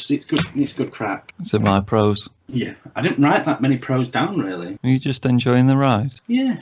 First one, soundtrack. What's about that? Emotional, dark opening. Soundtrack. That opening just, gets you, doesn't it? It does. Some great acting in that opening scene as well, especially if I'm a kid. I think the thing that got me about that is when she's trying to say goodbye to him. He's just like, you're weird and bald. I thought this film looked beautiful. Yeah, it's pretty, innit? all the cosmic, it does feel like a different world and just unique. Star-Lord's red eyes looks really cool at the start when it's just like a shadowy figure. And I put tonal change is perfect with the opening credits. This is how you do it, Zach, you fucking stupid prick. That's Zack Schneider for anybody who doesn't understand the hatred that the pony has. Yeah, the references. I really love how quick the Ninja Turtle reference was. And it's not the way that these references are delivered. They're not too like, this is a reference kind of thing. Well, yeah, it's because the references are obviously only coming from Star-Lord because he was on, Earth for a bit. Yeah, he sets the tone, like, for the humour of the film as well. And it's just consistent throughout. Michael Rooker, fucking great performance. Yeah, I'm thinking of more cons now. Pros even. Pros. Yeah. Michael Rooker's performance. Yeah, Michael Rooker's great. I mean, I've got loads, so I'm going to rush through a lot. No, don't rush. Introduction to Ronan is really cool, where he smashes that guy's head in. I like it when he's bathed because he sleeps in the blood of his enemies. Yeah. It's awesome. It's dark, isn't it? Yeah. The makeup in this film is stellar. Yeah. Especially Nebula. Nebula. Yeah, she shaved her hair, didn't she, for the film? Karen. It's really this is what Marvel is now. It's really the forefront of like all the cosmic stuff. This was the first film to really, like you said, take that risk, which I love. To see where Rocket's scanning everyone. Bradley Cooper, his voice performance is amazing. I mean, you can't say the same for Vin Diesel, but yeah, Bradley Cooper's he's great in this as Rocket. The animation as well. Rocket's a good character. Yeah. Just talking about risk again, throwing in all these characters that are unknown. I didn't know who the fuck they were. I was like, well, the fuck's this? Is it even a Marvel film? It is. It's such a gamble. I said, I want to see more of like normal life on, not on Xandar anymore, because, or Nowhere. I feel like that would be a cool Disney Plus. Yeah, because Nowhere is where their base is in the comics, pretty much. Yeah. John C. Reilly in this as well. He's really good. Yeah. I feel like John C. Reilly's underappreciated. I'll get on to that. Glenn Close also in this. I'm a big fan of Glenn Close, as you know.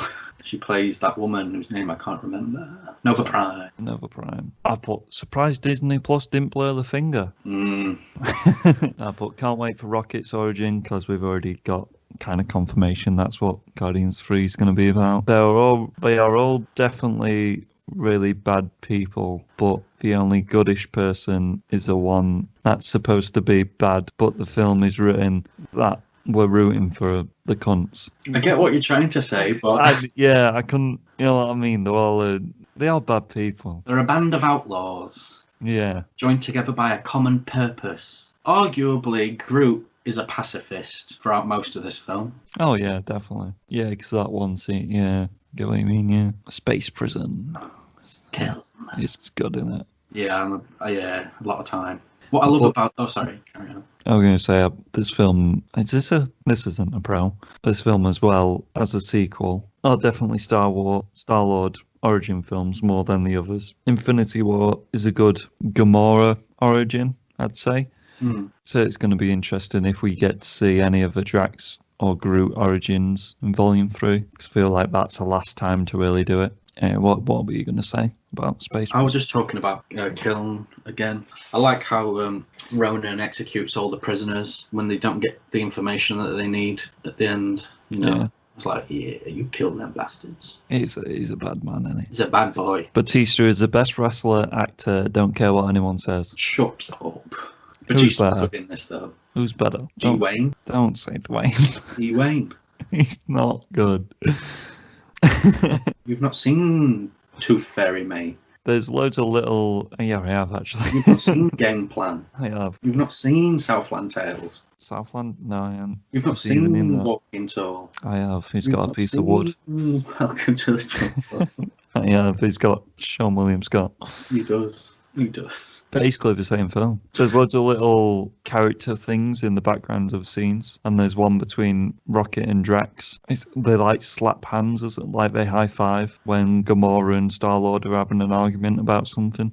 I just love the building of the characters and relationships. And why would I put my finger on his throat? Yeah. That's his. Drax has the best lines in this. Drax is great in this because everything is literal. Yeah. Unlike a certain sequel. Thanos. Thanos is good, isn't he? Yeah, Thanos is in this. Not played by what's his name at this point. Is it not? Not from what I think. It sounded like him, though. It might well be then. I might have made it up. But is Ronan a good bad guy? Question mark. He's a The petulant child, according to Thanos. Yeah. I put the score as well. It actually sticks out over the typical Avengers score. Yeah. This was by Tyler Bate, not the wrestler. I was going to say, what? I like how Gamora's more bothered about the orb. Do you know when Star-Lord goes back? Her line is, no, we're not leaving without the orb, rather than without Star-Lord and stuff. Yeah. It's cool. There's a cum reference. Karen Gillan.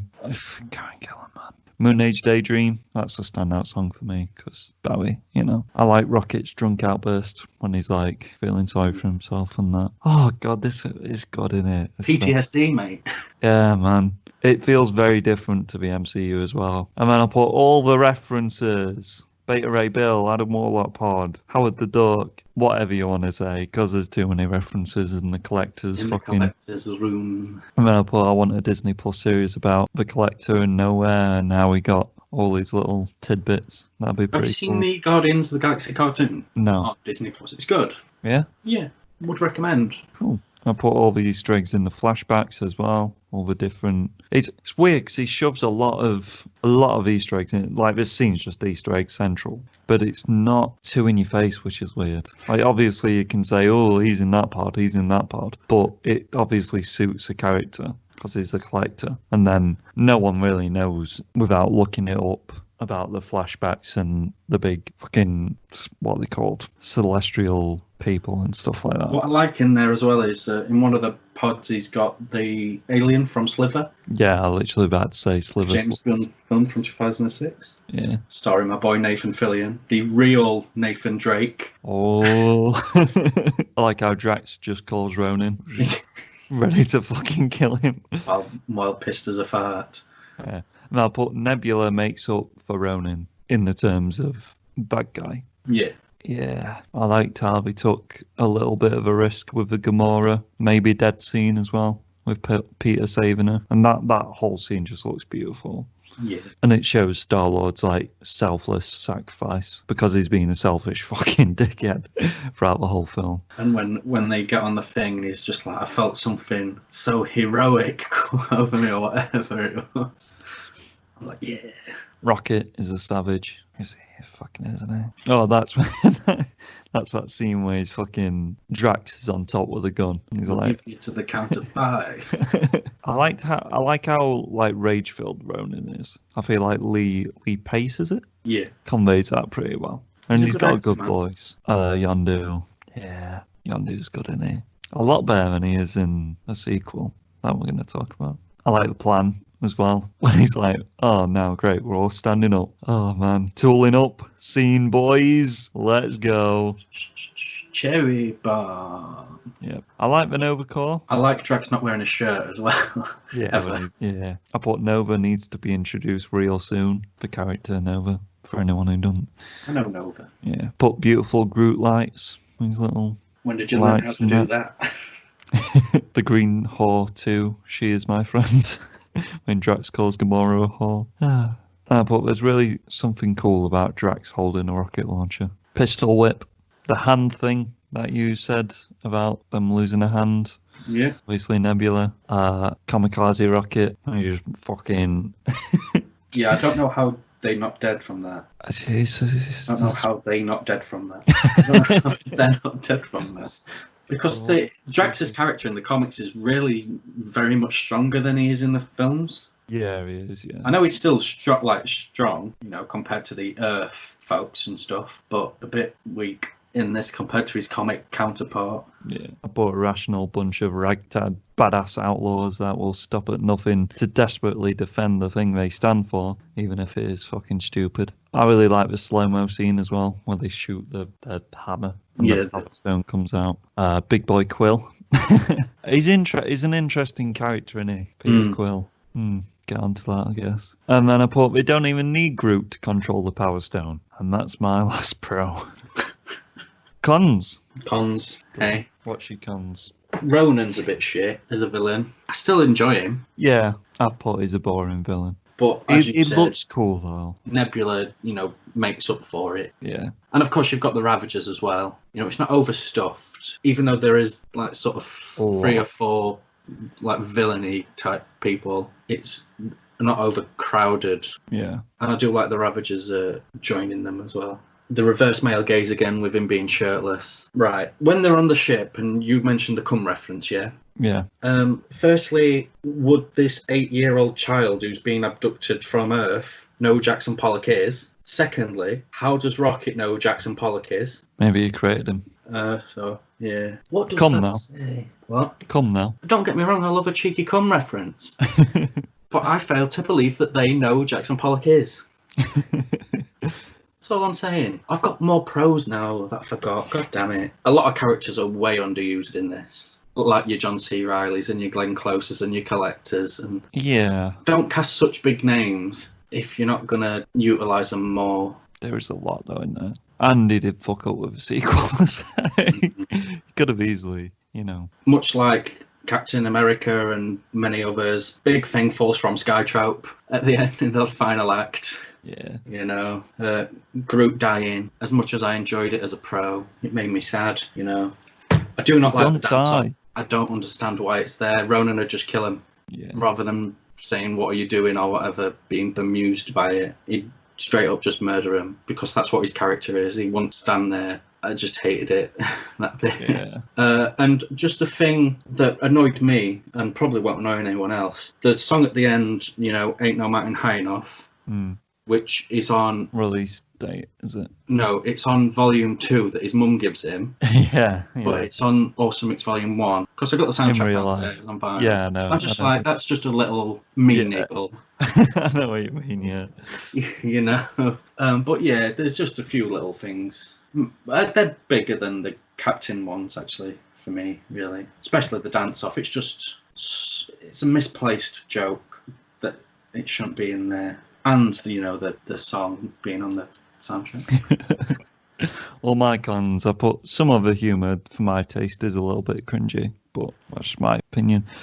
Ronan is a boring villain. I mean, he looks a bit cool. He does look badass. Yeah. And I like it when he kills the little guy who's there for Thanos, twists his head around. Yeah, I did actually like that. I'm like, that's badass. One of the main villains in Avengers is just like, boom. It really shows a power as well of like where they're going to in this next phase. I don't like that Ronan can hold the Infinity Stone. Why in one hand, like he's a fucking G.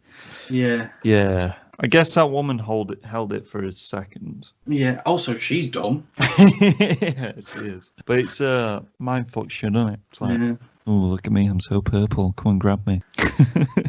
I hate it in films where they break glass and it looks plastic. I just hate it when they break glass, mate.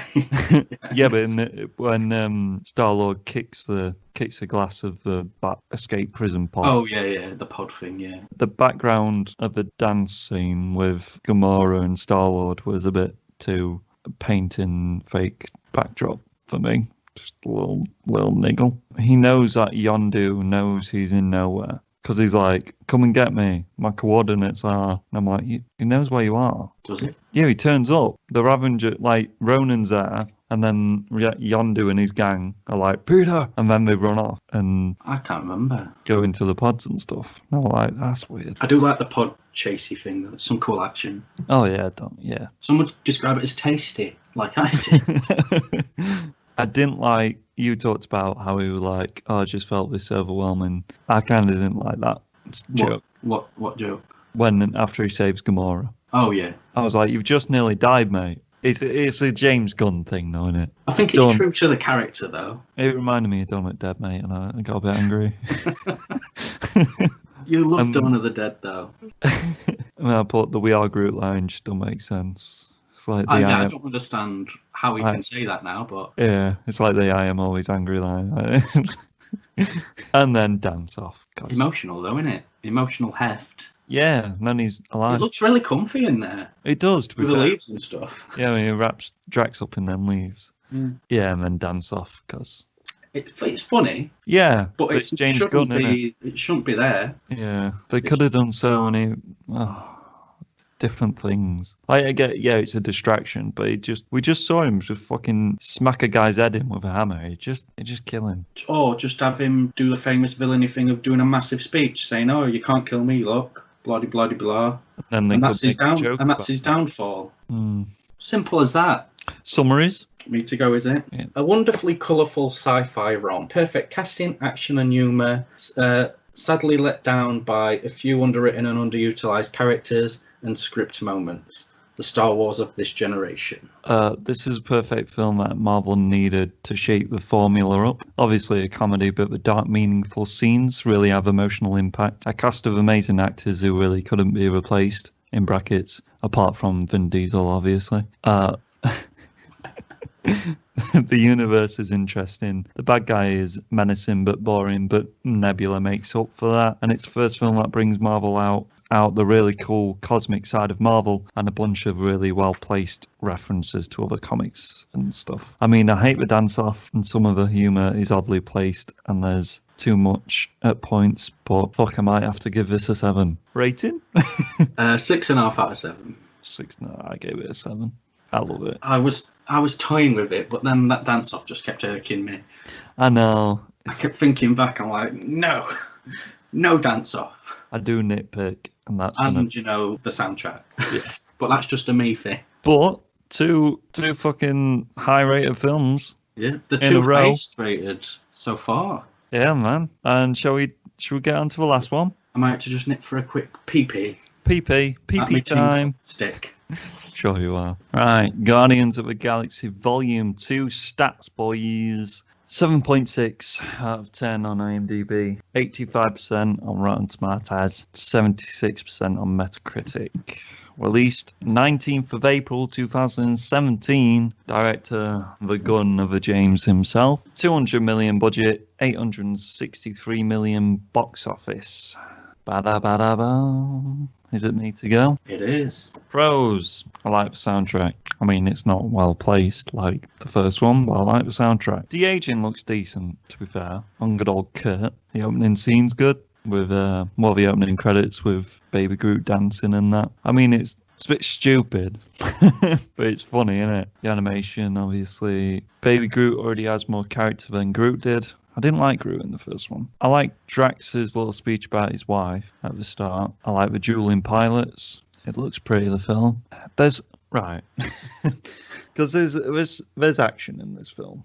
I feel like it takes a more comedic route than the first one did. Like with the floating Drax out of the spaceship and the gravity shit with Rocket. I mean, some of the like little sneaky Rocket moments in that fight's pretty cool, where he's on top of that guy's head just fucking laying into him. But I didn't like it. I didn't like the action as much as the first one. But I've got pros about just some of the funny points in the action, but that's just going to clear all them up. Contraxia. What planet's that? Is that the foresty planet? I'm guessing so, yeah. Bit boring though, wasn't it? Endor, mate. Bloody Tommy Flanagan. He's in this, isn't he? Underused. Kurt Russell, right? He's... God. Kurt Russell's great overall in films, but this film... He's good until a point. I like him until a point. Okay? I like him until a point. The comedy between Mantis and Drax, right? It's funny in the way that women are ugly and men are horrible. But I mean, I'll let you talk about that because you spoke about it quite well the other day when we were talking about it. Me? Yeah. There's some penis jokes about Kurt Russell's penis. I've realised that all the pros I've put are just like funny bits that don't actually suit the story. What's up? You need a wee wee. 1 minute, mate. Sorry about that, mate. No worries, dude. Yeah, I realise now. So most of the pros I've put are just jokes in the film that are funny, but they serve no purpose to the film. Right. Like the comedy is still funny for me, but it doesn't. It's just Nebula's good in it. I like Nebula. He has some good scenes where when you obviously know what the plot twist is. Like when you watch it again, he has some good scenes where he lies about his love for Peter and stuff like that. The one thing that I really do actually love about this film is Rocket and Yondu's relationship, and that speech that Yondu makes about them being the same person. I think the space jump scene is funny. When all the faces are blowing up like blub, blub, blub. I like the Stan Lee cameo, it's my favourite one. But as we've realised from doing this, there's a con in that, isn't there? There is a con in that. I like how it's a planet where Ego's listening to everything, and he is like everything in the planet, but that doesn't come across in the film, and they really needed to hone that in more. It would have been better if it was inhabited, in my opinion, like alongside the pilot, alongside the character just fell over. Alongside the pile of dead people. I feel like if he had citizens that had to like hold this dark secret, that would have been better. Gosh, fuck me, that's boring, isn't it? I just wanted a sister scene as well. That's the best scene in the film with Nebula. I like the reveal scene. It's just got no power to it because you know it's definitely coming no matter what. Because with the whole Mantis, I need to tell you something, and then she don't, and then she's thinking about it. Like, it's already obvious what's gonna happen. And I like the little nod to Eternity, who is another Marvel character that I hope they bring into the MCU when Peter's eyes go all like galaxy and he's like, I can see it, Eternity. I like that he breaks his Walkman. Rip Walkman. I think the little tape, the conversation about who's got any tape, that's funny. I do like a tape bit. It's fun in the cartoon as well. Rocket has a real hard-on for duct tape because they go to Earth a few times and they ask to use it to fix things, and he's like, "This is the greatest thing ever."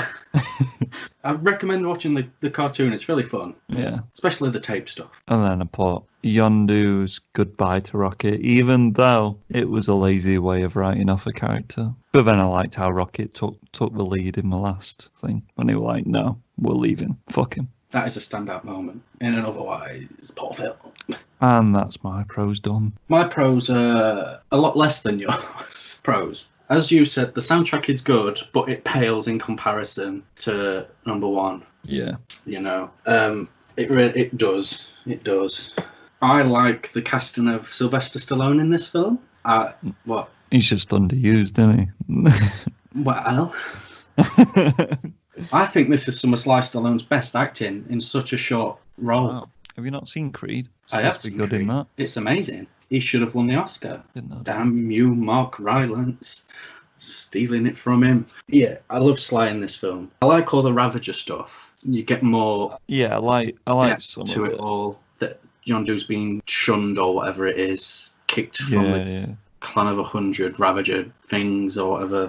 I like Rocket versus the Ravagers. I like that we got to see him in action on his own. Yeah. Showing what he can do and stuff. I like it when he punches the man in the head a lot. I have a lot of time for that. Yeah, lays into him, doesn't he? Nebula is probably my favourite thing in this film. She's probably the best thing in this film. I'm a big fan of Nebula. I like it when she takes lead of the Ravagers as well. Yeah, I think she's just great. God, there's not many, is there, that I wrote down?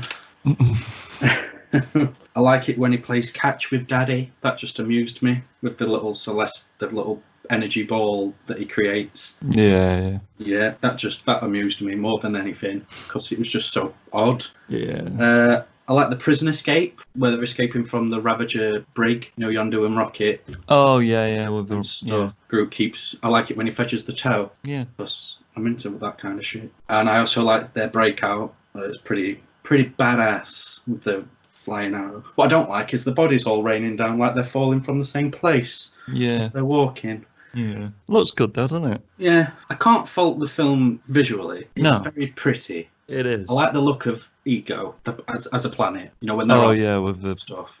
Yeah. With the bubbles and all the fauna and flora and all that shit. You know, it's got David Hasselhoff in it. That's more of just a comment than a pro or a con. Yeah, I hated that. I do like the Walkman being crushed. Yeah. Because it was his last thing to connect him to his mum. I like Ving Rhames being in it. Oh, yeah, shit. I did that. think I put Ving Rhames. He might be a con. I like Michelle Yeoh being in it. I like Miley Cyrus being in it. She voices the head in the post-credit scene. I didn't watch that far. There's 5 post-credit scenes in this film. That's why I didn't watch that far. And then I just wrote, give me that Ravager film. Yeah, they're not gonna. Nope. Disney Plus though, series. So, essentially, that's it. That's about it. Cons. Right. Gold people. Gold lady. Weird. She's tall. Trying to reference a video game-esque thing. Yeah, they were going for the 80s arcade feel, weren't they? Yeah, even with the noises. Like, and then gathering around the last guy, watching him like they would at an arcade. Yeah, and he's like, you suck. He's like, fuck off. Bit shit. Family reunion line. Oh, with, yeah. So the first one's all about Power Stone and stealing it, and this one's about batteries. No, it's about ego. Some batteries. In this one, there's way too many jokes while they're in action. But video games, because of a fucking arcadey thing, lost control of the ship because of jokes. Introduces... This is a con on not using the Ravagers. So, because I introduces all the different factions just for the end scene of Yondu's funeral. Oh yeah, don't get me wrong, I ain't done my cons yet. Yeah, and then, as I said, foreshadow him with a, you'll never have a Ravager's funeral. Taserface. Gold people. Carpet joke. How did they find the Guardians? There's no adventure in this film. How does Nebula know what's happening? I don't know why that was. No, get this ego shit away. Boring ego planet takes up way too much of the film. Too much of Drax over the top laughing. It's a uninhabited planet, which is worse, shows you he is a planet and his goal way before Star-Lord figured it out. Because he's just like, oh, look at me, everything I took in me. But he's obviously the bad guy. Makes it drag so much. And then the whole relationship, him explaining that he's planted these seeds in different places. And I thought, yeah, we saw this in the opening scene. Didn't need to explain it again. Taserface again. Kraglin is annoying in this film. No way Gamora knew she was about to say something to Drax when she literally goes, I need to tell you something, Drax. And then he's like, what? And then the door opens, Gamora steps out and he's like, what were you going to say? He's like, no.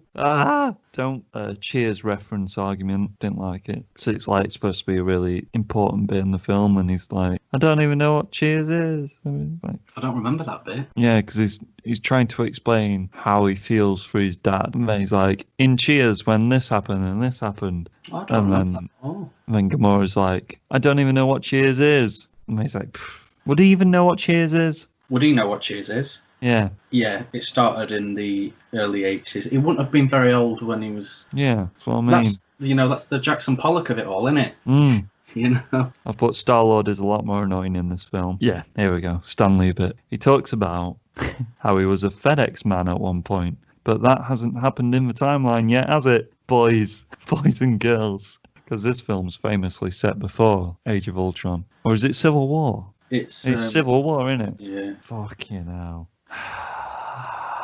The reveal should have been in the midpoint of this film, not the third act. Maybe, and then I've gone on a tangent of making my own Guardians of the Galaxy Volume 2. I thought maybe fighting an evil Star-Lord and replacing Star-Lord with Yondu for the third act, making Star-Lord kill Yondu to get him to realise what he has done and turn him back to good, and have Yondu forgive Peter in the last moment of his life, making it really tense, not knowing who could live or die, because Yondu, being an original Guardian of the Galaxy, could even be Ego takes control of Star-Lord's body as a new vessel to gain reputation as this Guardian of the Galaxy, and then Star-Lord finally takes over again after Yondu's death. Because Yondu's death pisses me off, because this film's obviously all about fathers and sons. And that's, and if that point's not come across with the song Father and Son, I can't see it. Because it's got, obviously, Star-Lord's dad, Star-Lord's Yondu, who's his dad. Daddy issues, the film, isn't it? Well, it's about family. It's about Nebula and Gamora.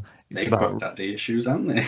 Yondu never knowing his parents selling him to fucking be a Ravager. Rocket never knowing his parents. They're all parents to Groot. Yeah, It's a bit on the nose, isn't it? But there were no like build up to Yondu's death. I just feel like it would just. I want something to shock the audience. Let's kill off Yondu. I put the whole reveal is ruined by the reveal that he killed his mother. Because it's like Peter's getting all these god abilities, and then he's like, yeah, I'm going to join this guy, even though the audience knows he's evil. And then he's like, oh, it killed me to put that tumour in your mum's brain. Or something, whatever he says. And then he's like, wait, you killed my mum. That's it. Final battle scene. Let's go. Like, what's the point in that? The reveal's like 10 seconds long because of that. I put David Hasselhoff. What I did like was the end credits, actually, where they danced in the sort of to the song. I thought, God, this film didn't need golden people. Sensitive nipples. And then this gooey blue shit never gets explained in other films, does it? No. Pac-Man, that just takes you out of that whole fight scene with the noises as well. It would have been alright if it didn't have the noises for me. I know he obviously says earlier, what if I can create a statue of Pac-Man, but why have the noises? I'm going to make some weird shit. I actually liked that line. Yeah, make some weird shit. There is good points in this film, but it's just... a few and far between. And then this... this pissed me off. So Yondu, right, guys, gets burnt in this cosmic fire tornado spinny furnace thing. His fin gets burnt, gone. Dead. Post-credit scene, though. Well, in the credit scene, Kraglin's got his fin on his head, controlling the arrow. And then I put, not Ving Rhames. Yeah. No mention of Michelle Yeoh at all from you. I were annoyed. Or did you not recognise her? I didn't, to be fair, no. I knew it was someone, and I was like, who's that? Mr. Pineapple, I know that is. Yeah. Comes from you? Oh, well. The soundtrack, even though I pro'd it, it is a bit, shitter, isn't it? Yeah, and it serves no purpose, other than father and son. Which is very, very much just bashing you in the face with what the film is trying to get across. I didn't enjoy de-aged Kurt. It was just his face, and the sort of weird, happy smile that he had when that fucking song was on when they were in the car. That just really angered me for some reason. Why did she not know he was an evil man when he was talking about all these things he's planted on planets and shit? Yeah. I can't believe I fell in love with a spaceman. Yeah, it's garbage. Baby Groot's annoying. Baby Groot's just there to sell merch. It's just cloying and just too sugary for me, and it just angered me. It really, the character angered me. Star-Lord pissed me off. I ain't got on to the rest of the characters yet. I'm talking. This is the opening credits. I didn't enjoy the opening. I love Mr. Blue Sky. It's a great song. I was going to say a great song. Excellent song. I'm a big ELO fan. Just like Papa Pony, But it just really upset me. It really I just felt sad watching this film. Quill's got his top off again. Why not? I like Yondu's top off bit though, because it showed his vulnerable side. Also sex robots. Yeah. Right, Drax. He works in the first film because, as I said, he takes everything so literally. He don't understand metaphors or any of this shit. But in this film, they turned him dumb and mean. Yeah. Unnecessarily mean and like dumb. Like, do you know in the end fight where Mantis has got a hand in the crack of Ego to put to sleep? That sounds very weird. And then she gets hit by like a projectile. Yeah. And then after that, he says, "Mantis, look out!" After she's been knocked out. I'm just like, that would never have happened in the first film. And I'm just like, what is this script? It's just nonsense. And it really it made me feel emotions that weren't happy ones. Weren't happy emotions. Right. I love all the Ravager stuff that's in it, but I need more. Just give me that film, because they were some of the best parts, the Ravager stuff, and it was very not there. Yeah. I was just like, this film bores me. Just over and over again. Right, more characters. I like the sister stuff. It's all right, but it could have been written better because it's very brief. She's chased her halfway across the galaxy and North by Northwested her. and and they're back to being friends, sisters after like a 30-second chat. It's like, come on, guys, that should be an entire film plot. Yeah. Like, let's talk about the golden people, shall we? Can't remember what they're fucking called. Golden people. Yeah, I don't remember what their race is called. Golden people. Yeah, well, the Golden Girls, we'll call them, and some men. The Golden Girls and some men. So they don't need to be in this film. It's already overstuffed as it is. And they're just there as a plot device, essentially. Like, oh, these have been wronged, so they go to the Ravagers. That's how we get the Ravagers in the film. Yeah. And then other bits throughout, oh, they've got into the middle of Ego's whatchamacallit. Oh, let's have bloody, what's his name, Taserface at the very last, his dying moment, call them on a comm system thing, and, while the ship's exploding around him, the only one that doesn't die. And when laughing at the name Taserface wouldn't happen with that character, they're a humorless race of people. Yeah.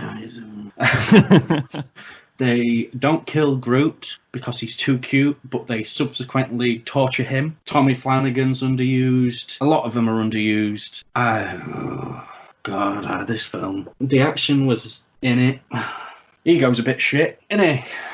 Yeah. This film is boring. It is. I'm a big fan of Ego, the Living Planet, in the comics and in cartoons and stuff. But in this, because he doesn't have the Kurt Russell kind of thing. In the comics and in the cartoons, he's just a living planet, He doesn't have a vessel that talks to people. It's just, but they had to get it in because... Why did they change his origin story? I don't understand it. Instead of Jason of Sparta. Yondu dies, but it's just... Right. So... I don't like the Mary Poppins line. No, I hate it. That angers me. The "he was your father, but I was your daddy" line, that just too cloying and in your face. Yeah. Why does Peter lose his genes when Ego dies? So Yeah. he doesn't have any celestial stuff in him anymore. That doesn't make any sense. That's just cop They out. tried to explain it as the planet's the thing that's given, but he is a planet. No, But, it's nonsense. Yeah. Rocket, who always has a plan and everything available, doesn't happen to have enough stuff for Yondu to survive. I hated that. Oh, I've only got one this and one that. Oh, like, What are the chances of that? Just give me the Ravager film. That's all I want. I don't want this. I don't want this.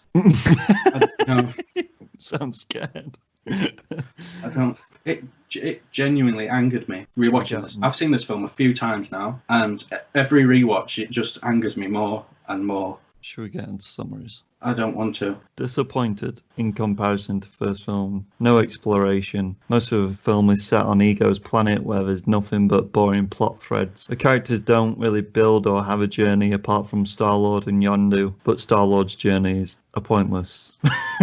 And if Eternity isn't in the future films, will make it even more annoying. The jokes are just rehashed in different ways. However, there are some good characters like Yondu, Rocket, and Nebula. Nebula. See, right. It takes the first film, which was so successful and good, and tries to force that into this film. Yeah. That's why everything is over-exaggerated and...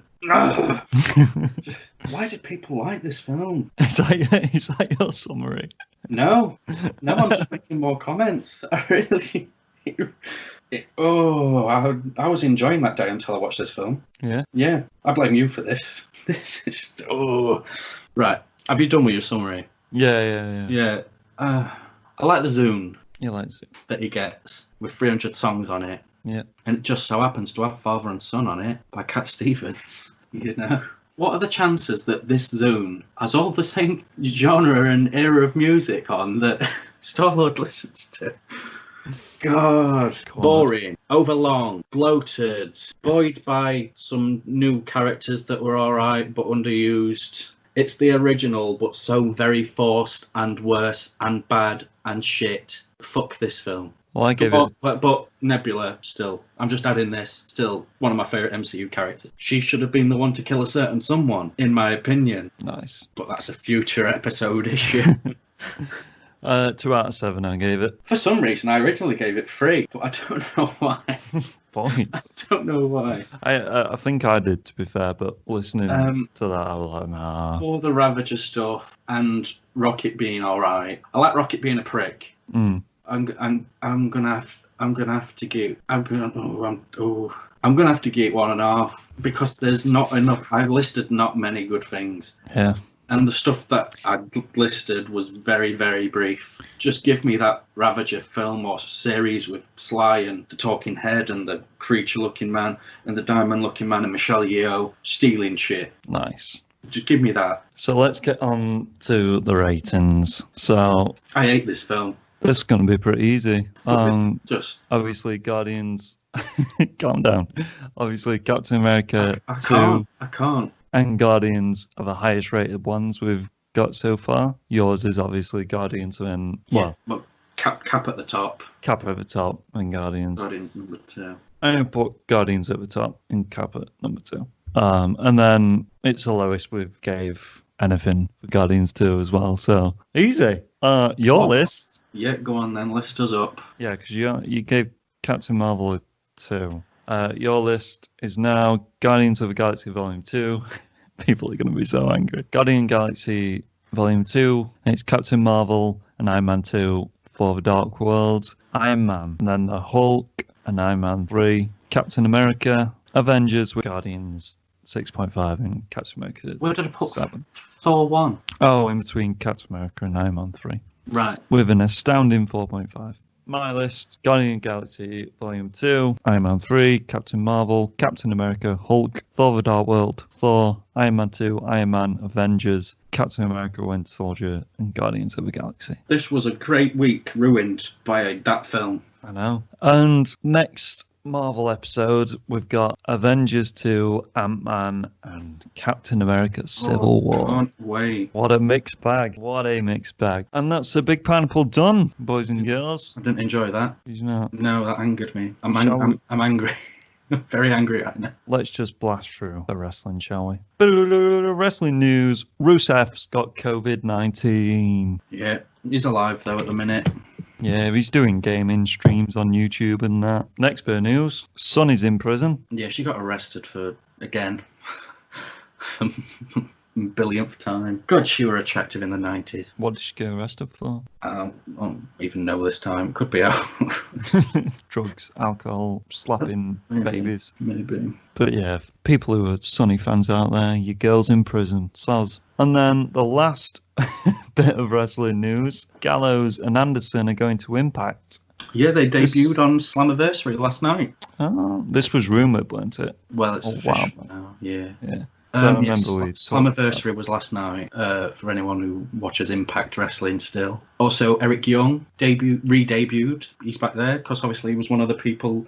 Because yesterday or the day before was the date where they could all go to places, you know. Mm. So Heath Slater debuted there as well. Oh. So yeah, they've obviously got a new TNA Impact champion because the old Tessa Blanchard stuff. Eddie Edwards was the one who picked up the win. See, that's weird because Heath Slater was on SmackDown. Yeah, I think that was just like a one-time Drew McIntyre thing. Yeah. Also, Deonna Purrazzo beat Jordynne Grace for the belt, so obviously she was one of the people released as well by WWE. So yeah, they've picked up a few new signings. So they've got some stuff going forward. Heath Slater debuted and attacked a guy, so he's going to be a heel, one would assume. And he had a little bit of an appearance with Rhino, his old tag teammate, and quite possibly the analyst's favourite person of all time. He does love Rhino. He does. He's a fan. Oh, Rhino's awesome. My favourite spear. Go! Cool. Is that wrestling news done? Extreme Rules is tonight. The horror show Extreme Rules. Should they had that awful title? It's going to be predictions, don't we? Are we doing it? You want to do some? Shall we watch it? Yeah, fuck it. You want to watch it? Shall I get the show up now and just make some bold predictions? Go on then. The SmackDown ratings are just plummeting, and Raw. They're all plummeting. It's fun. So we've got Drew McIntyre versus Dolph Ziggler in a TBD match for the WWE Championship. We got TBD. Yeah, to be decided, darling. Oh, okay. Who's that? Sorry, Drew McIntyre.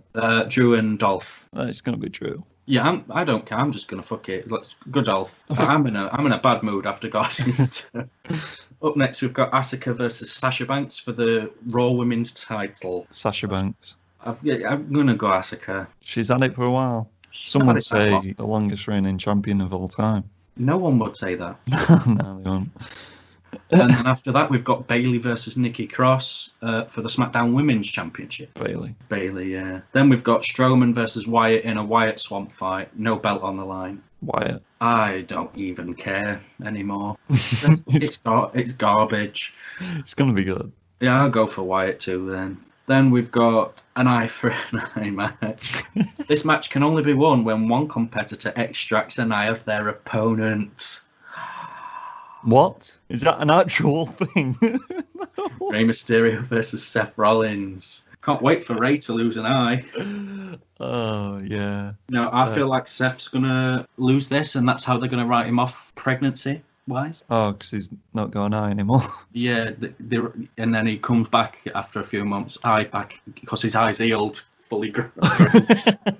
I just can't wait for the special effects that are going to be used for someone without an eye. I'll say Seth. Then we've got Apollo Crews versus MVP for the United States Championship. It's got to be Crews, surely. I'll go MVP, fuck it. And then New Day versus Cesaro and Nakamura in a tables match for the SmackDown Tag Team Championship. New Day. Fuck it, I'll go Cesaro and Nakamura. I don't care. I just don't care. It's going to be fun to watch though, isn't it? Yeah. I should have saved my energy drink for them. God damn it. So yeah, that should be rubbish. Awareness? Have you got one?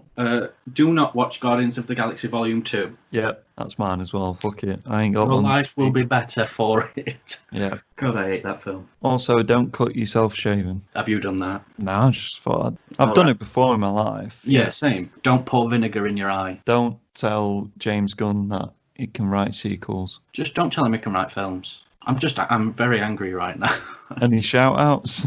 Shout outs. A shout out to Mama Pineapple. It was her birthday on Wednesday. Oh, what a beautiful woman. She turned some age. Yeah, fuck it. Nice. Was that Michelle? It looks that way. Yeah. Oh boy. Next episode is all about the room where it happened.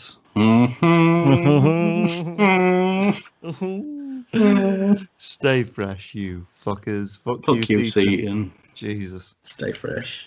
Take a ride on Tony the Pony. Take a ride on Tony the Pony. Please take a ride on Tony the Pony with Mr. Pineapple. Oh yeah, it's Mr. Pineapple's Wonder Hour.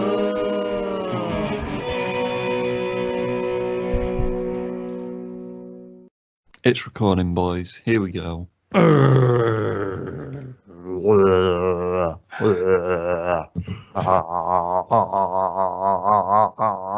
Damn right. That's how you get. Damn right. That's how you get your throat warmed up, boys. Intro time. Open that chest up. Here we go.